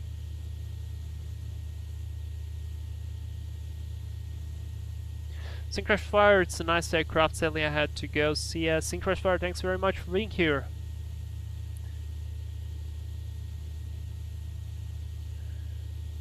Nathan, perfect cockpit layout for effortless flows. Absolutely. I've actually been watching some videos of people flying this airplane, and they do it just like, it feels so natural the way it's designed. It's really simple to just find out as well, everything, and that's really cool. So absolutely. Okay, let me just find out where I'm at, because I'm not 1000% familiar with this area. But we should enter the valley right here. This is where I want to go. Can I graphically edit it? Can you go to Kenny, please? Done. There we go. Whoops. Small adjustment to our... I love the GTN. It is just amazing.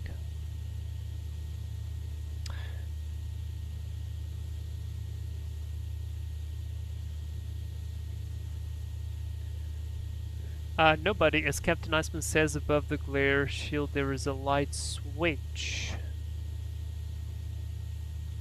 Above the glare shield? Like right here? I know this one.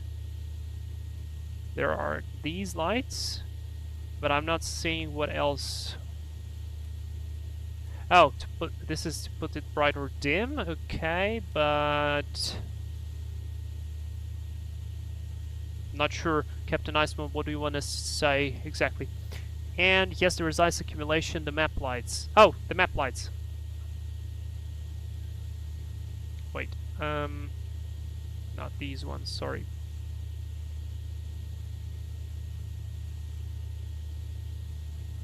How did I turn them on?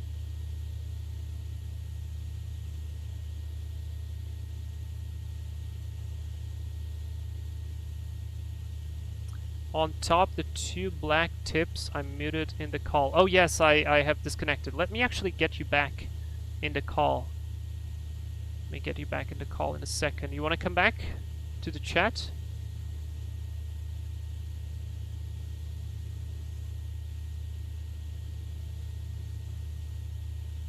black tips on top of the glare shield, I think. Wait, let me put daytime. I just pressed something. I guess I got the landing light on, yeah. Oh, this one here. Let's get back to nighttime. Yeah, I see it. I see it now. There we go. Is that it? That's really bright.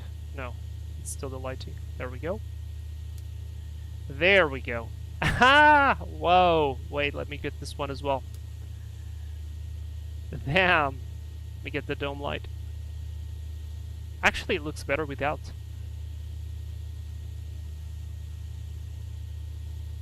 I just thought it was like a bolt or something, but oh, it looks really cool this way. Wow, I really like it. Oh, and by the way, of course you can close the door. Of course you can close the door. So if you don't want to have any pesky passengers looking into your way of flying, you can just shut it off. Ah, this is really nice. Very cool. Let's get back to daytime. Alright, and let's start descending because we have 15 minutes till our destination. So for descending, guys, we have to keep this engine warm, okay? So it's not like engine to idle or power to idle and off you go. No, you still have to keep a little bit of power on the engines so you keep them warm. This is very, very important. Otherwise, you can overstress the engines with heat, because they will cool down and then you will apply power. It's going to be too hot. That stresses up the engine and that can cause a failure. So let's trim for speed. Let's keep like 20 manifold, and let's just keep it rolling. And try to keep the mixture above 1350 as per manual. So just like that. And let's fly it fast. And I want to descend below the cloud layer because we don't have a lot of terrain here. So from there we can fly manually. Josh Delua, the night lighting is brilliant. Thanks for showing that. You're welcome. I mean, if there is anything that I can show you, again, just ask, because this live stream is literally to show things. I can also show you that this airplane basically does not want to stall, even if you try real hard. And the top lights below the cowlings, there is another small switch. The top light... wait. The top lights below the cowlings, there is another small switch. On the cowling itself, I'm kind of confused now.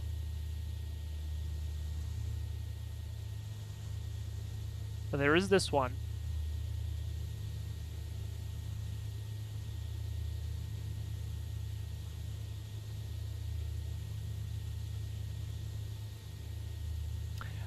Tacy Ryan, when is it available? It's already available. You can go to the Jetstream website. That's in the description down below, and you can get it there. It's very worth it. Let me put the noise cancelling for a second, so you guys can check the difference. We're still hand flying the airplane.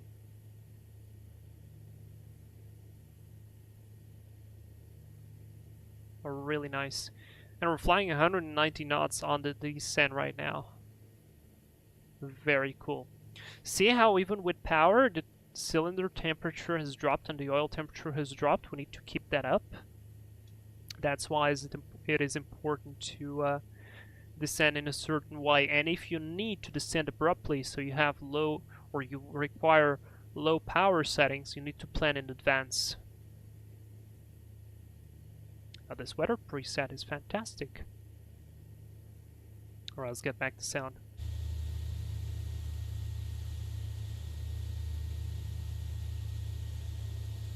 And I hope the weather on our destination is fine, because I've set a little bit of variation, so the weather doesn't seem exactly the same across all times. But we should be fine. We're gonna be flying to some gravel strips as well with this airplane. Shuma, is that the windshield wiper park position? Yes, it is. In fact, I don't think the park position... No, it is modeled, but yes, that's the park position. We're through 5,000. How's the temperature? Above 0. So, in fact, I can do... Actually, we'll wait until we go through the clouds and then I'll disengage the heating elements. Look at this, it's still stable, I'm not touching anything. We have trimmed for the speed. It's flying fantastic.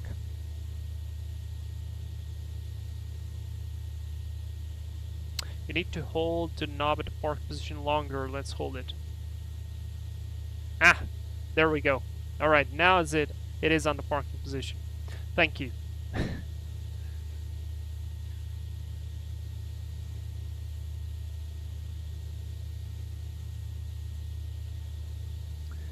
Beautiful. Oil temp is still going down.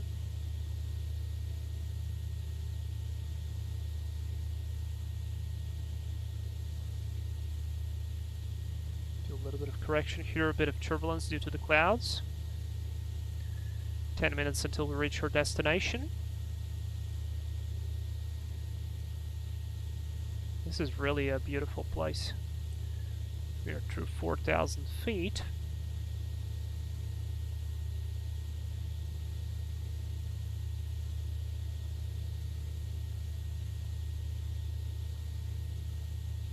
Shuma, thanks for this showcase and for showing us what we asked for. Dude, just keep asking away. Keep asking away. In fact, let me just check something here. Yeah, we can't open the baggage compartment when you are in flight. This is nice. They are locked. We are through 3,000. Temperature is 10 degrees. Let's get these off.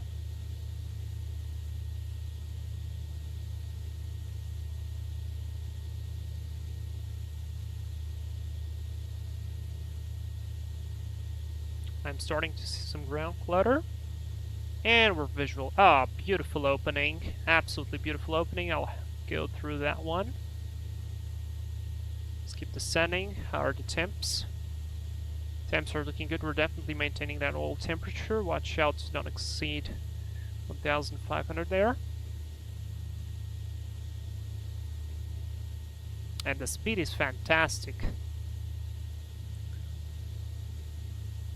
Steven, just joined. Is that a working weather radar? Welcome, that's first. And two, yes, this is a weather radar. In fact, it's now working as a map radar, so it's doing all the ground mapping. Because it's much more useful to have it today in this weather as a ground mapping radar rather than a weather radar. But yes, it is one. And the tilt works as well, as you can see here. Alright, this is beautiful. We are 2,000 feet. Let's try to keep 2,000 feet for a little. Add a little bit of mixture now. Let's get back to 30 of manifold pressure. Don't descend much more.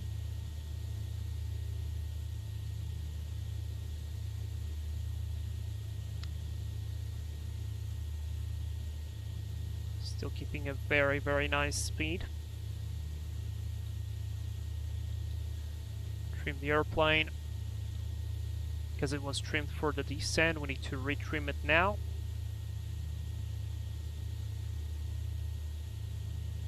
And adjust the mixture accordingly. There we go, this is the attitude I want. The lighting is fantastic as well.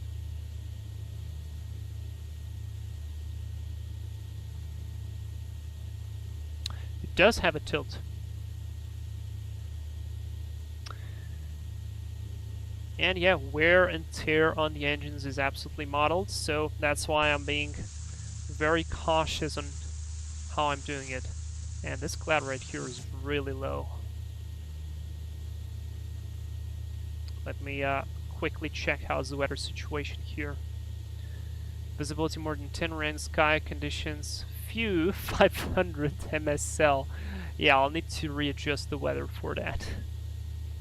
It's definitely not landable. Unless we have an approach for that airport, which I highly doubt. But I'll take my chances. We have an LDA. But, yeah. It is what it is. Chuma, thanks for subscribing, man. Welcome to the community, I guess. Oh, by the way, one important thing. Captain Iceman has a Discord, a very active Discord, so if you want to join his Discord, I don't think I've added the link, but I will add the link after the live stream on the description. But either way, you can search for it. It should be available somewhere to get into. Right, yeah, that weather is not landable. LDA based on is actually an ILS. Interesting. And Josh Delua, thanks for joining the channel as well. What are the minimas here? Yeah, they're not amazing. Let me just readjust real quick the weather. I'll just do like this. That's gonna be enough, trust me. It will fix it. There we go. I really wanted to do a visual approach because it's just such a beautiful place. And while I like the changes, I just wanna appreciate the view a little bit.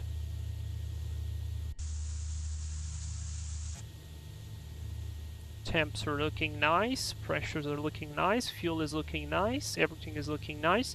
And since we are approaching landing soon, let's put this back to the inner. Fuel selectors.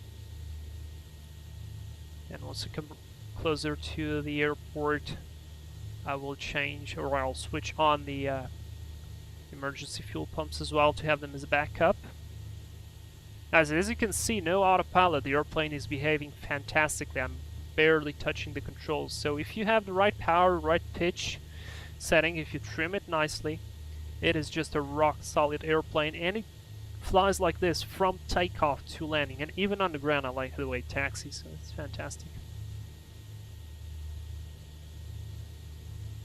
The links for Discord are available under support in our website. There you go, guys. I highly suggest you to go there and check it out. It's the fastest way you get through any bug support or suggestions or anything else you find on the airplane that you wanna report it.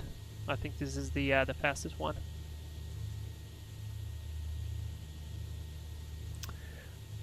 Will it have a beer soda can? I don't think this one has. In fact, I don't know if this one has an Easter egg. I don't think it's yet modeled. But yeah.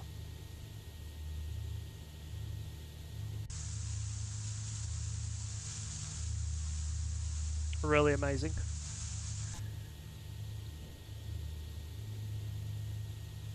We're still doing 172 knots. At ground speed. A little bit of a tailwind from the back. Really nice.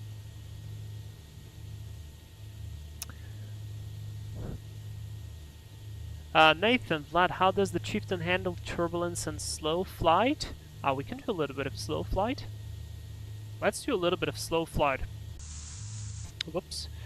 Let's put the props at 2400, so we get the power available quicker.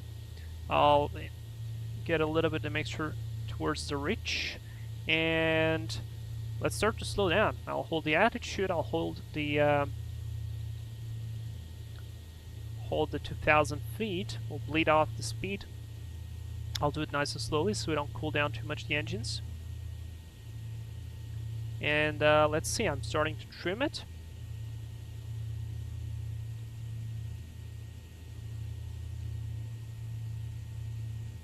do 15. And let's go for blue line. Or even slower. Feels like I'm being tested right now on my piloting skills. I just did this the other week in a real airplane.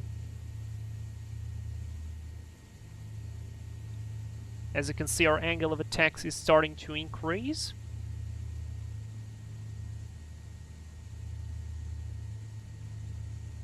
I mean, we can go below 100 for sure, and we're clean wing right now.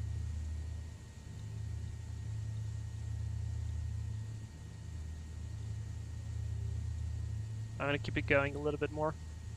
See if we can get it to 90 while keeping the heading. And I want to trim it for a hands-off position as well. So I'm still trimming it. Slowly but surely trimming it. There's almost 90. There we go, that's 90. Let's try to go to 80. Or 85. Yeah, 85, because otherwise we'll be too close to minimum control speed. Alright, let's trim it now. So keep this position. And it's at this moment that I'm so thankful for having control feel. Alright, I think we are full aft trim. Yeah, we're full aft trim at this moment. If I leave it go, it will drop the nose, but there you go. 85 knots, clean wing, no flaps, is doing it fantastically.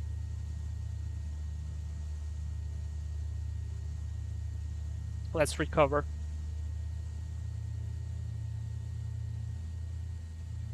Recover while holding the altitude, of course.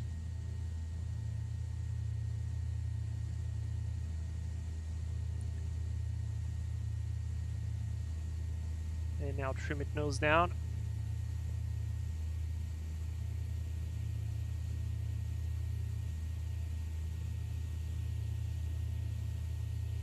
There we go. Recovered.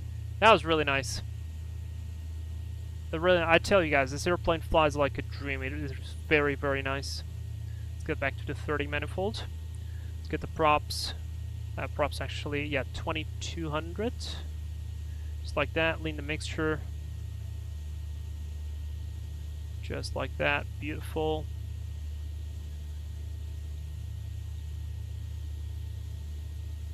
There we go. 85 knots. Clean flaps, which is actually not surprising, guys, because if there's any real pilots, Captain Iceman, you're not allowed to help on this one, but guys, educational moment. So, we have a bunch of indications here, right, on our altimeter. We have, altimeter. Airspeed indicator. And we have a white arc, we have a blue line here, we have a red line here, we have a green arc, we have a yellow arc right here with a red line right there as well. All of this means something, and specifically for the condition that we were going for right now, which was clean configuration, slow flight, where can we see our stalling speed with clean configuration?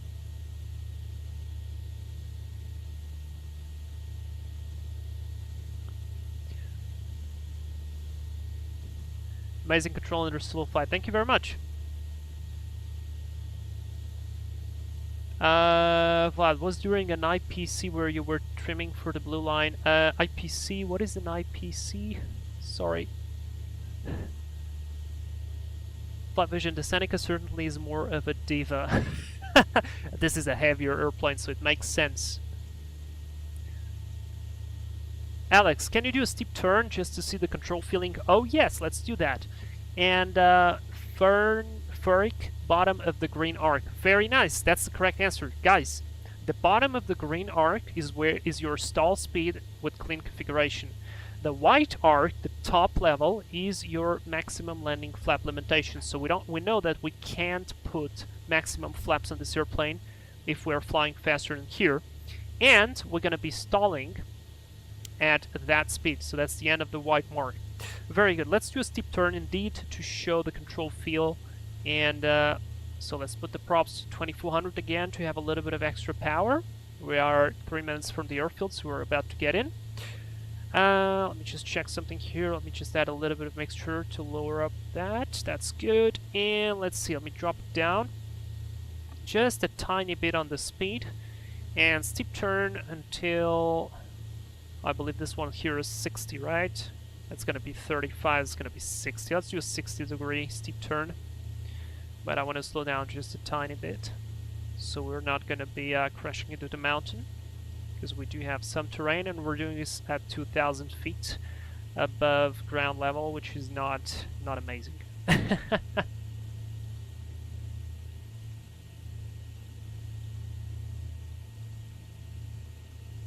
Alright, let's go for a little bit less.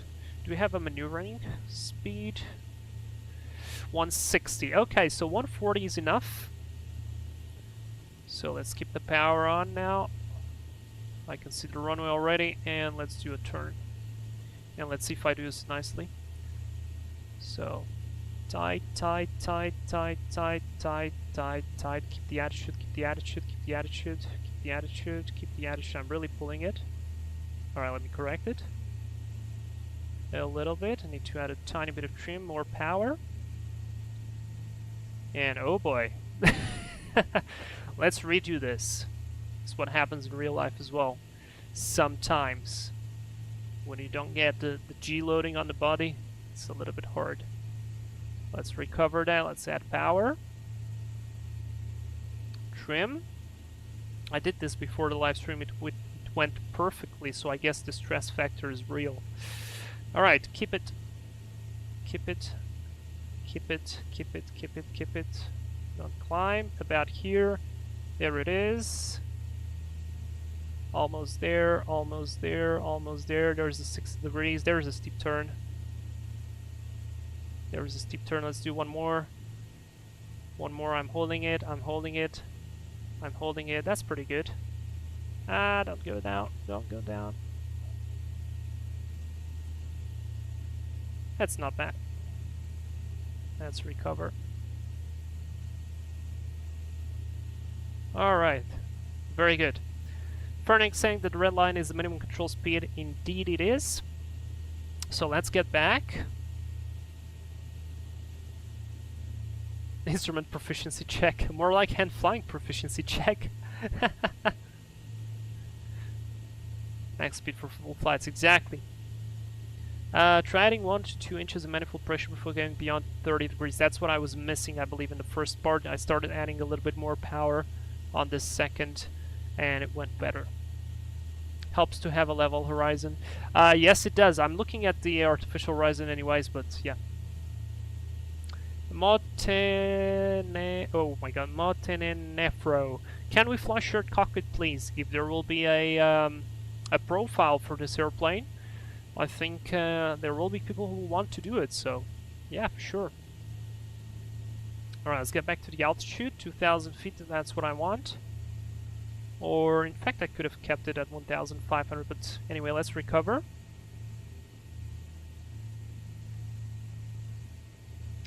Keep it level, and somebody spoke about... Philip, single engine behavior, maybe. How about this? How about we do a touch and go?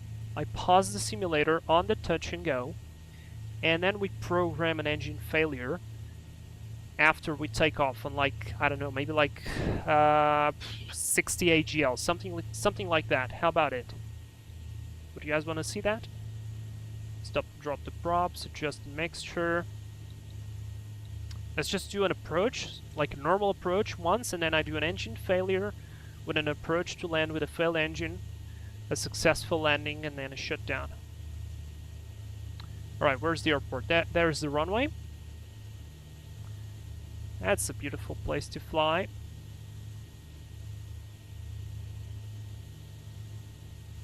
Alright, let me just do something, guys. I turned this on because I wanted some nice vegetation, but apparently it's killing not my... available. Yeah, I know. But it apparently killed my FPS, so I'm feeling it. Give me just a second. And I'll disengage the 3D TOS vegetation. available. Oh, thank you very much. I'm glad. It's just a couple of trees. Come on, explain you can do better.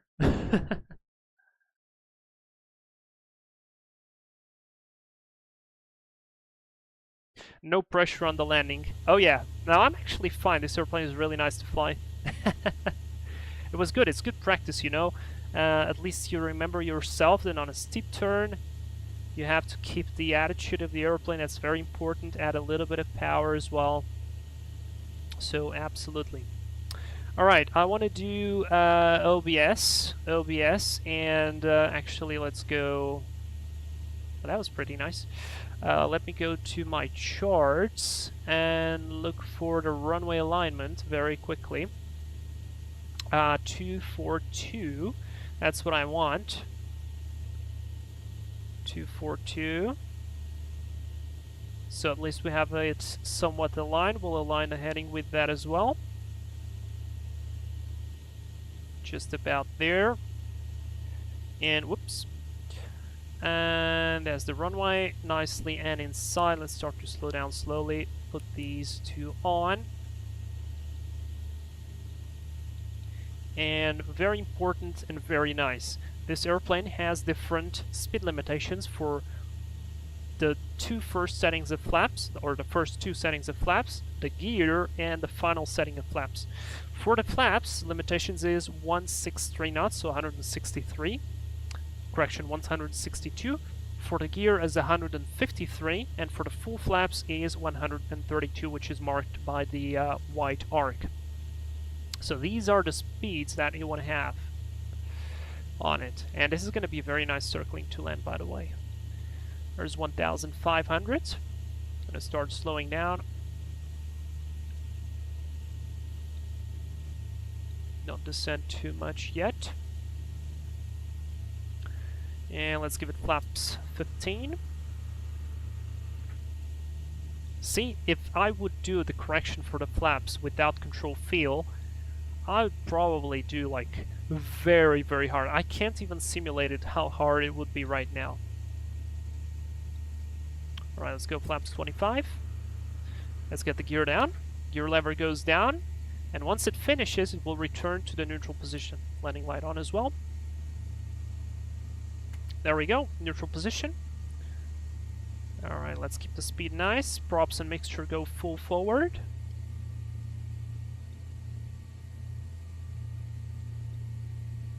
There's the runway, there's the runway. I'm gonna put the flaps on final approach, now keeping a slightly faster speed. And once I do the touch and go, I pause the sim. We program the engine failure. And then we do it. Oh, it's absolutely beautiful.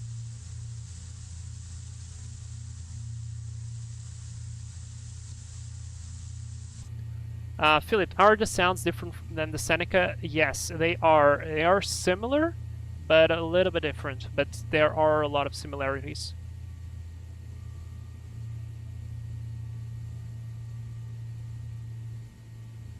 Okay, let's go flaps full.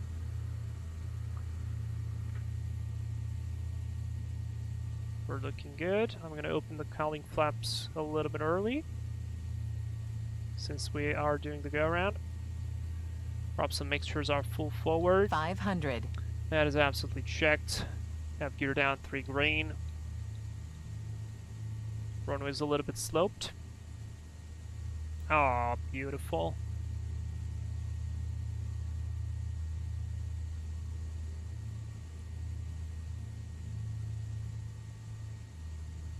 That's a proper slope. Terrain slope. Alright, slowly protect, slowly putting it back to idle, power to idle, and now just don't let it touch. There we go. Flaps up. Pause the sim. So, let's do the engine failures. You guys tell me. What engine do you want to fail, right or left? I can't believe I'm doing this. I hope this goes right. I mean, I'm trained on this, so it should be go right. It should be fine. So let's do engine fail or engine flame out. Let's do an engine flame out. but we will not restart it. The critical one, so assuming... Oh, interesting. Oh, it goes with the critical one. Okay, so it's gonna have to be the left. That's gonna be engine number 1. So let's do at exact altitude, and let's do 70. Are they counter-rotating? I'm not sure they are counter-rotating on this one. Let's do it 70 feet AGL. That gives me a little bit of time. Oh, this aircraft has counter-rotating. There is no critical engine. Wow, okay, good. But this could be a tricky question, guys, because if there will be a crosswind, you can assume because of the crosswind exerting pressure on the rudder or on the horizontal fin, sorry, on the vertical fin, you can still have a critical engine just based on the crosswind. All right, we'll do 70 feet AGL engine flame out, engine number 1. Let's go done. Let's go apply the changes. I'm gonna unpause. Let's spool it up. So everything is full forward. Oh boy. Flaps are up. Yes, they are. Full power. 45 is good enough. There's 95, rotate. Positive climb, gear up. Right, we're above the obstacles. Let's go to 40% or 40 on the manifolds. Props 2400. Mixture adjusted. I really think we're past 70 AGL. I mean, we surely are past 70 AGL, right? It did not work. It did not work. So I'm just gonna do failures, engines, failures. Oh, it's supposedly failed. Interesting. Okay, how about I do this? When Control F is pressed, done, apply. Okay, I'm gonna unpause and Control F. There we go. All right. Rudder in, power in, everything is done.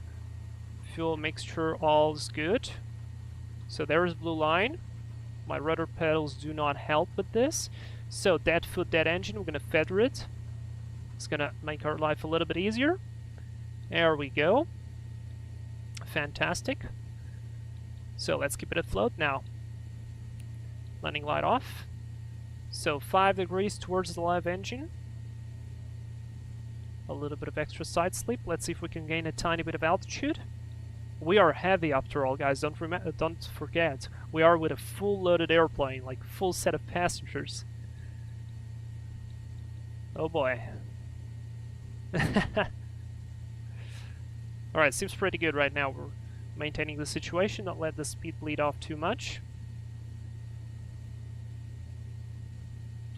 Very nice, the prop is forward. I can also, I believe, not sure I can do it independently, but I think I can close the cowling flap on the left side because it's going to give me a little bit of less drag as well. Just like that. Let's go on the outside and check it out. I hope I don't crash it in the meantime, but that's a view I hope I'll never have in real life. Only if I'm training. Well, that's neat. We're doing it. We are doing it. Alright, lean the mixture properly. 40, that's continuous. Speed is good.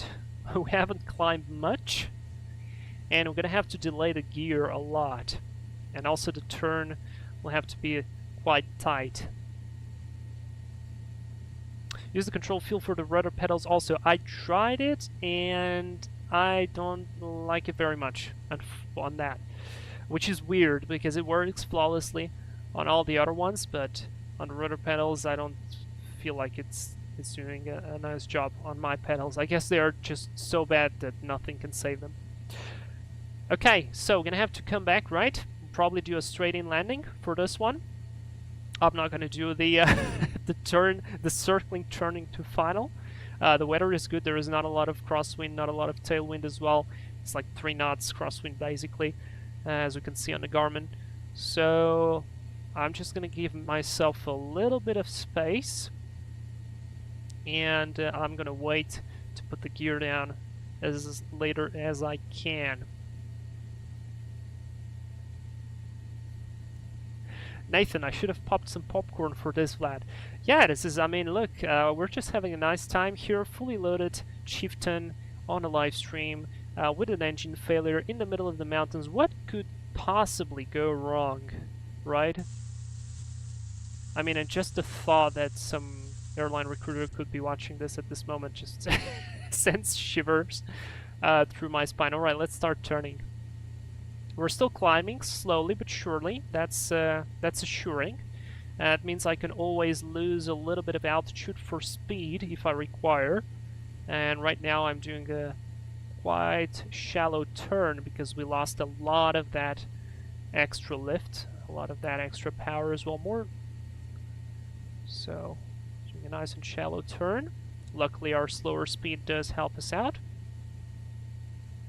Because what could happen is if I turn too fast and I don't decrease the angle of attack, we're going to simply stall, and that's not going to be very cool. Alright, let me just realign my heading here. Just like that, beautiful.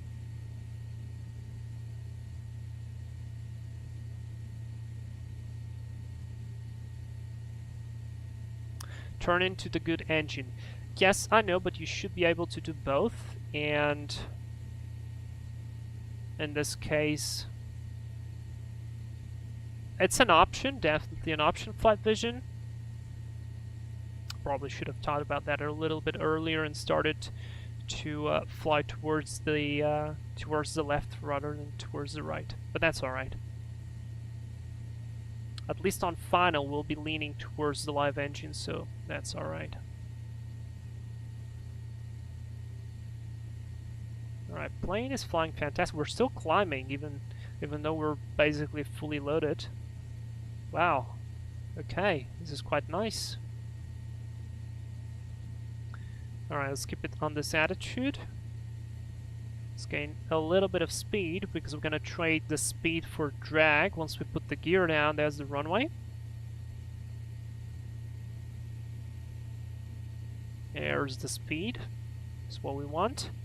Can go all the way to 153 if we need, and probably then I'll do a flapless landing. Really nice stuff.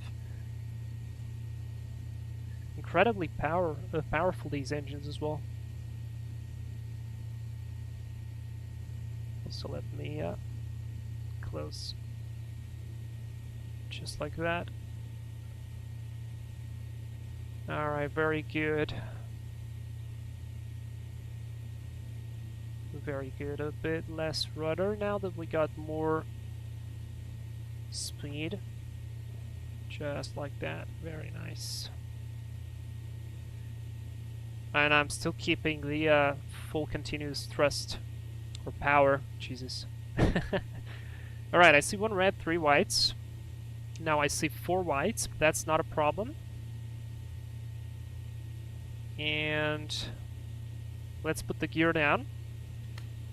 There we go, gear down. Look at the speed.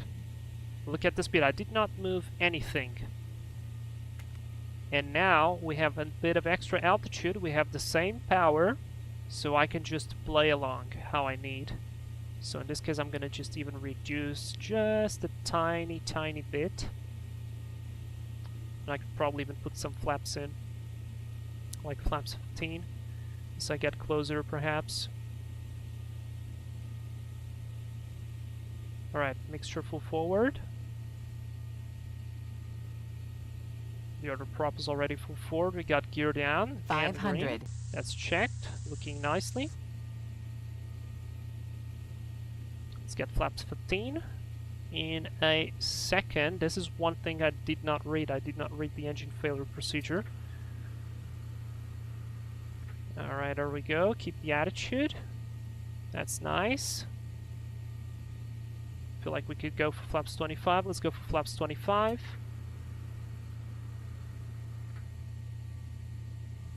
Slowly start to power it out.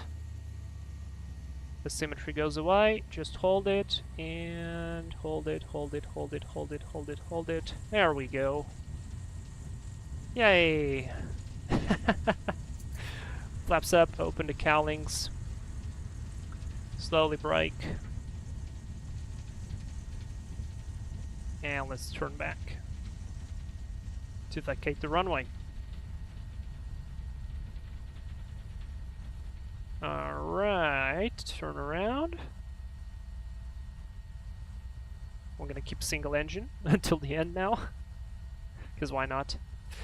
Alright, fuel pumps these off, taxi light on. Oh, I forgot to turn on the landing light on. No problem, I guess. Weather radar off. I'll completely shut it off. Transponder goes to standby. Flaps are retracted, reset all the trims. Beautiful. Alright, vacating here.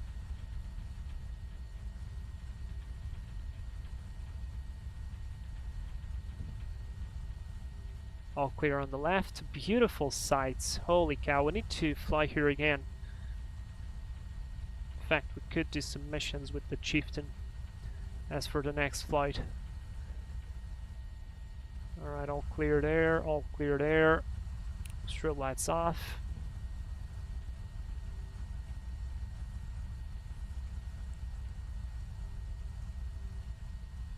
Okay.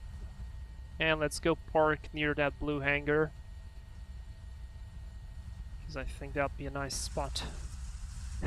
Really nice to see the airplane just without the with this engine completely feathered.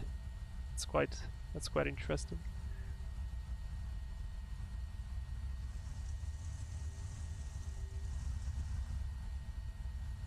Alright, I want to park it right on the next one, like this. Oh, I did not switch the air conditioning. I should have switched the air conditioning off. For sure, it has to be in the procedures. Alright. You guys gonna excuse my poor parking position, but that's it. Let's go throttle to 1000. Just like that. Let's go taxi lights off, wing lights off. We'll do all of this off. We failed that one, so these ones go off. And let's go avionics master off. Very good. And fuel cut off. Very nice. Beacon off. These off, that off. Seatbelt signs in, the other go to off. I can put these forward, that goes to the back, that goes to the back, and we can go alternators off, boost pumps off, fuel pumps off, these ones to off, and come back here, opening this, opening here, and oh god, we are alive, and we are nicely on the ground, and whew, this was interesting, guys. This was definitely interesting. Did I forget to switch something off? No. Alright, very nice, very good, very fantastic. Look at this shot. Very nice airplane. Nice landing. Thank you so much. Captain Iceman, you have done a fantastic job on this. 1 million thanks. Absolutely, that's completely true. This is Captain Iceman and his team, Maverick, and is there Jeffrey as well, I think? But to the whole team, congratulations. You did a wonderful job. Show the refuel option. I did already show a little bit of the refueling, so you can come here and you can press on it and you can just click and it will do a refueling. If you hold for more than 3 seconds, it's gonna stay there. We're gonna do more of this on the other flights, so see, it just stays, and then when you want to stop, just press on it and it's done. Very cool if you want to do some proper and serious planning. Damn. Whew. Alright guys, so final part. Now that I can breathe a little bit, we are gonna go and do the giveaway. Alright, so let me share my screen. So you guys can see what I'm doing. So this is what I have collected. I have hidden all the emails and names on purpose, so I have no idea who is here. So it's all completely darkened, but there is information right there. And I'm not going to simply reveal it for privacy. So we're just going to reveal the name of the winner, and then I'll have the email, and I will enter in contact with him. So anyway, there is it starts from number 2 and goes all the way to number 124. So that goes between 2 and 124. So I have saved a random number picker, and we're gonna do it between 2 and 124, right? Right, what do I have here? Interval 1. Why is it all hidden? Yanis, thank you very much for subscribing. I wanted to show the numbers. Why is it all hidden? There we go. Now we can see the numbers, so you guys can see all the numbers are there. I'm not faking this up. So it's completely realistic, or in fact this one works better. Alright, so guys, good luck everybody. I'm really I'm a little bit worried because I have a couple of subscribers who participated, so I want them to win, but at the same time it will look really suspicious. So anyways, good luck to anyone who's gonna win. 3, 2, 1, go. Oh boy.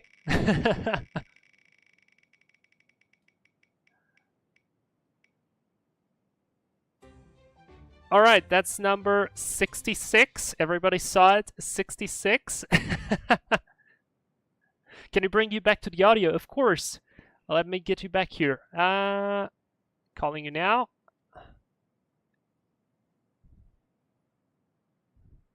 Number 66.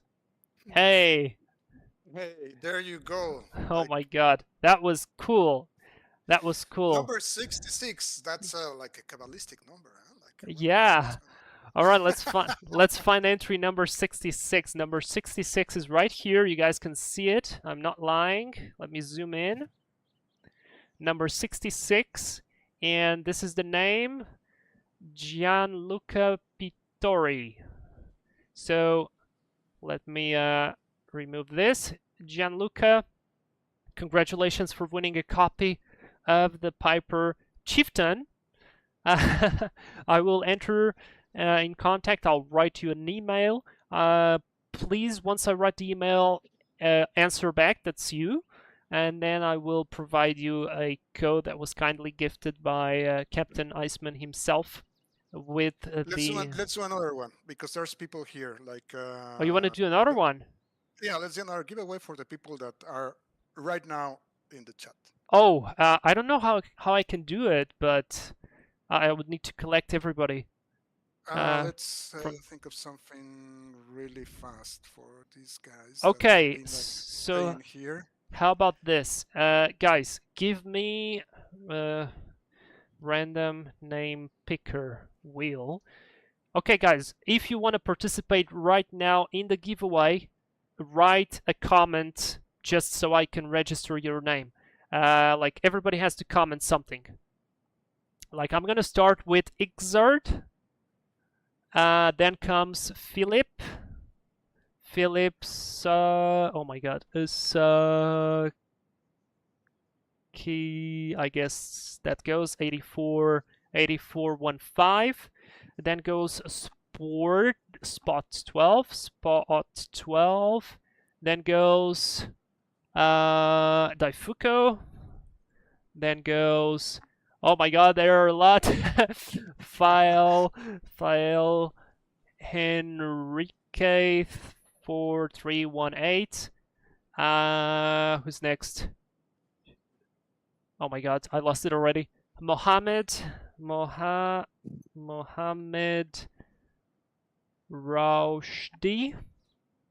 Then goes Alex K3 something, K3T.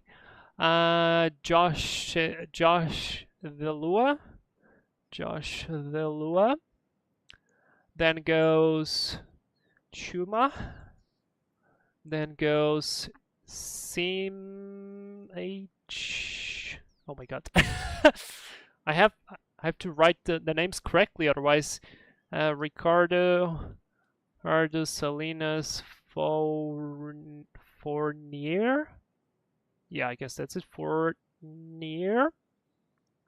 Mighty Seeking. File Enrique. Oh, that's already written. Nathan. Oh my god. Nathan Thorn. Don't write your name twice. I'll catch it up. 6919. Then we have RP Arson99. Then we have, dude, this is amazing. This is a great idea. JM Burbach. This is fantastic because it's literally, it's in real time. Like the people are in real time. This is amazing. Ferric 18. I got that. Seriogia.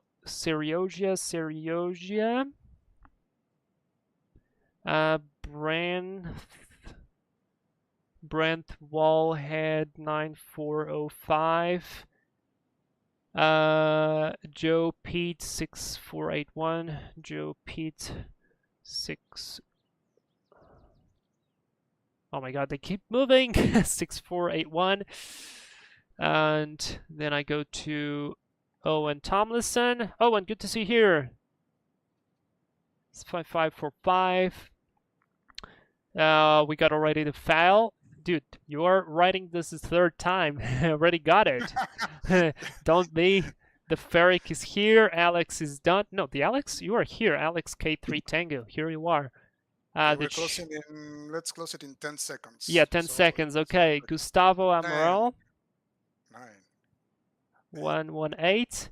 Roy. U7970 just wrote hello. And TC Ryan said good job. All right, last entry. 1.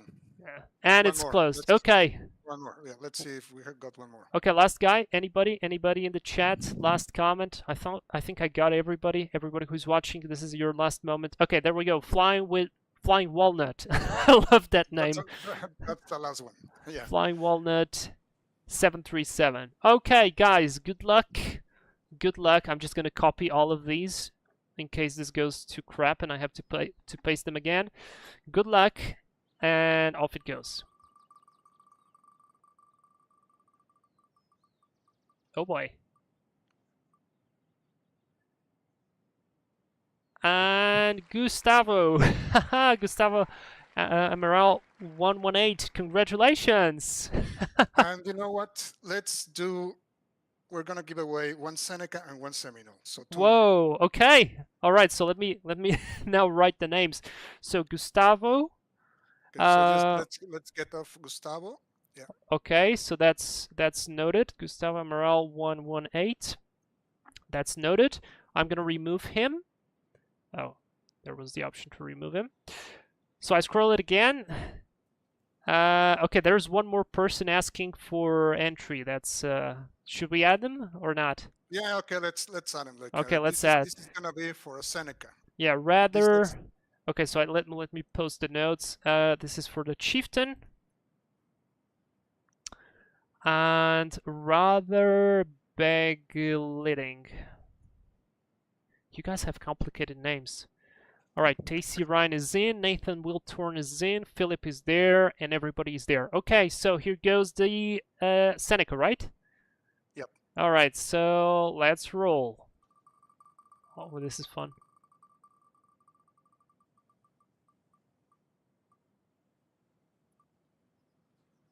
All right, I guess. Yeah, we got a winner. Spoo12 wins a Seneca. Congratulations. Congratulations, man. All right, I'm going to remove it from the list.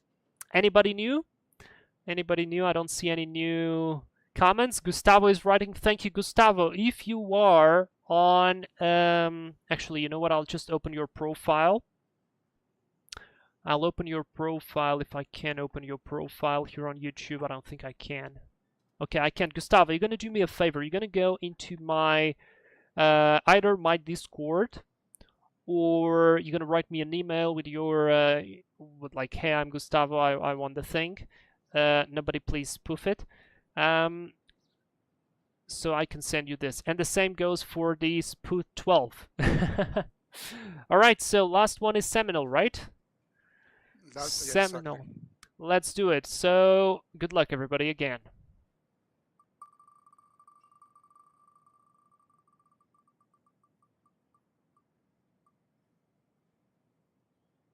Ah, that was a closer one.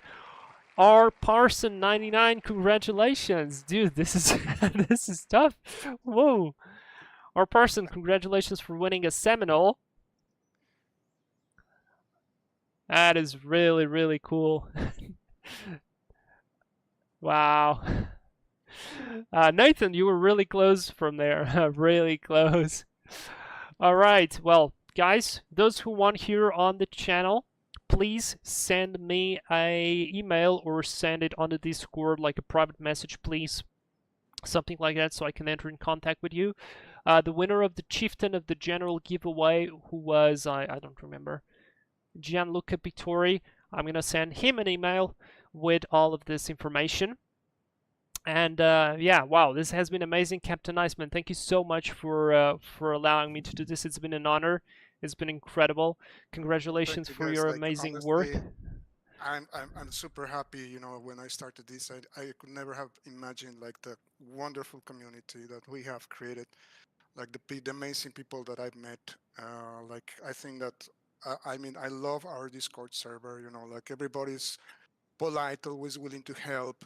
You know, answering questions, like having aircraft, like you know, like proper discussions about flying, about the aircraft. Uh, you know, it's been great. I'm so grateful with this community, and I owe the community so much that I really am happy that I'm able to do these giveaways with you. And I mean, it's such an honor being with you, like in your stream that you invite me. Thank you That very much. you are a very um, stronghold of our work, and it's because you think it's good, not because anything else. And I definitely love it, and the community is great. I mean, it's been great with us. So much support, so much patience with this project, and it's just I'm happy. I'm really happy, and I just want to share this with you guys. And of course, doing this in your streaming is just amazing. It's Thank great. you very much. That's so kind of you, man. That is so kind of you. But again, you have to be proud of your work, and it's all because of you. Because this wouldn't happen if you wouldn't put all the effort in, all the hours in, and all the I don't know. You know, I believe that those who seek will find, and you're definitely seeking something really good for the community. You're seeking very good models. You're seeking good level of simulations, and all that the happiness, the good community, the great feedback, and the great results are just a product of you being the way you are. So it's amazing. Thank you very much. It's incredible to be here and do this with you. Fantastic, really. Guys, thank you everybody for being on the live stream. I hope you enjoyed this. We will be flying the Chieftain again in the near future, perhaps next weekend maybe. We'll see how it goes, but yeah, we'll expect more Chieftain content. It's an amazing airplane. Go get your copies, read the manuals, and enjoy it. Any last words, Captain Iceman? No, thank you again. Thank you for having me. Thank you for sharing this time. It was again, I cannot reiterate how much I enjoy this streaming, how much I enjoy being your guest, and just interacting with the community in your streams, and of course having fun as well with you know, with your flight. You did an amazing job. Thank you. Like really with the aircraft. I mean, you like when you told me that you became like a commercial, you got your commercial certificate. I mean, I was so happy for you because I know how hard you work. and how dedicated are you to the aircraft, to your pilotship. You know, it's Thank you, amazing. man. So congrats again on obtaining your CPO, and yeah, and thank you again for everybody that's been here in the streaming. It's been a pleasure, and I feel very, very honored. Thank you very much. I feel the same. It's been incredible. Guys, thank you so much. We will see you soon. Everybody have a great weekend. Everybody have some great flights with the Chieftain. Don't burn your engines. Have fun. Read the manual. We'll see you around. Goodbye, everybody. Congratulations to the winners. You're awesome. Bye-bye.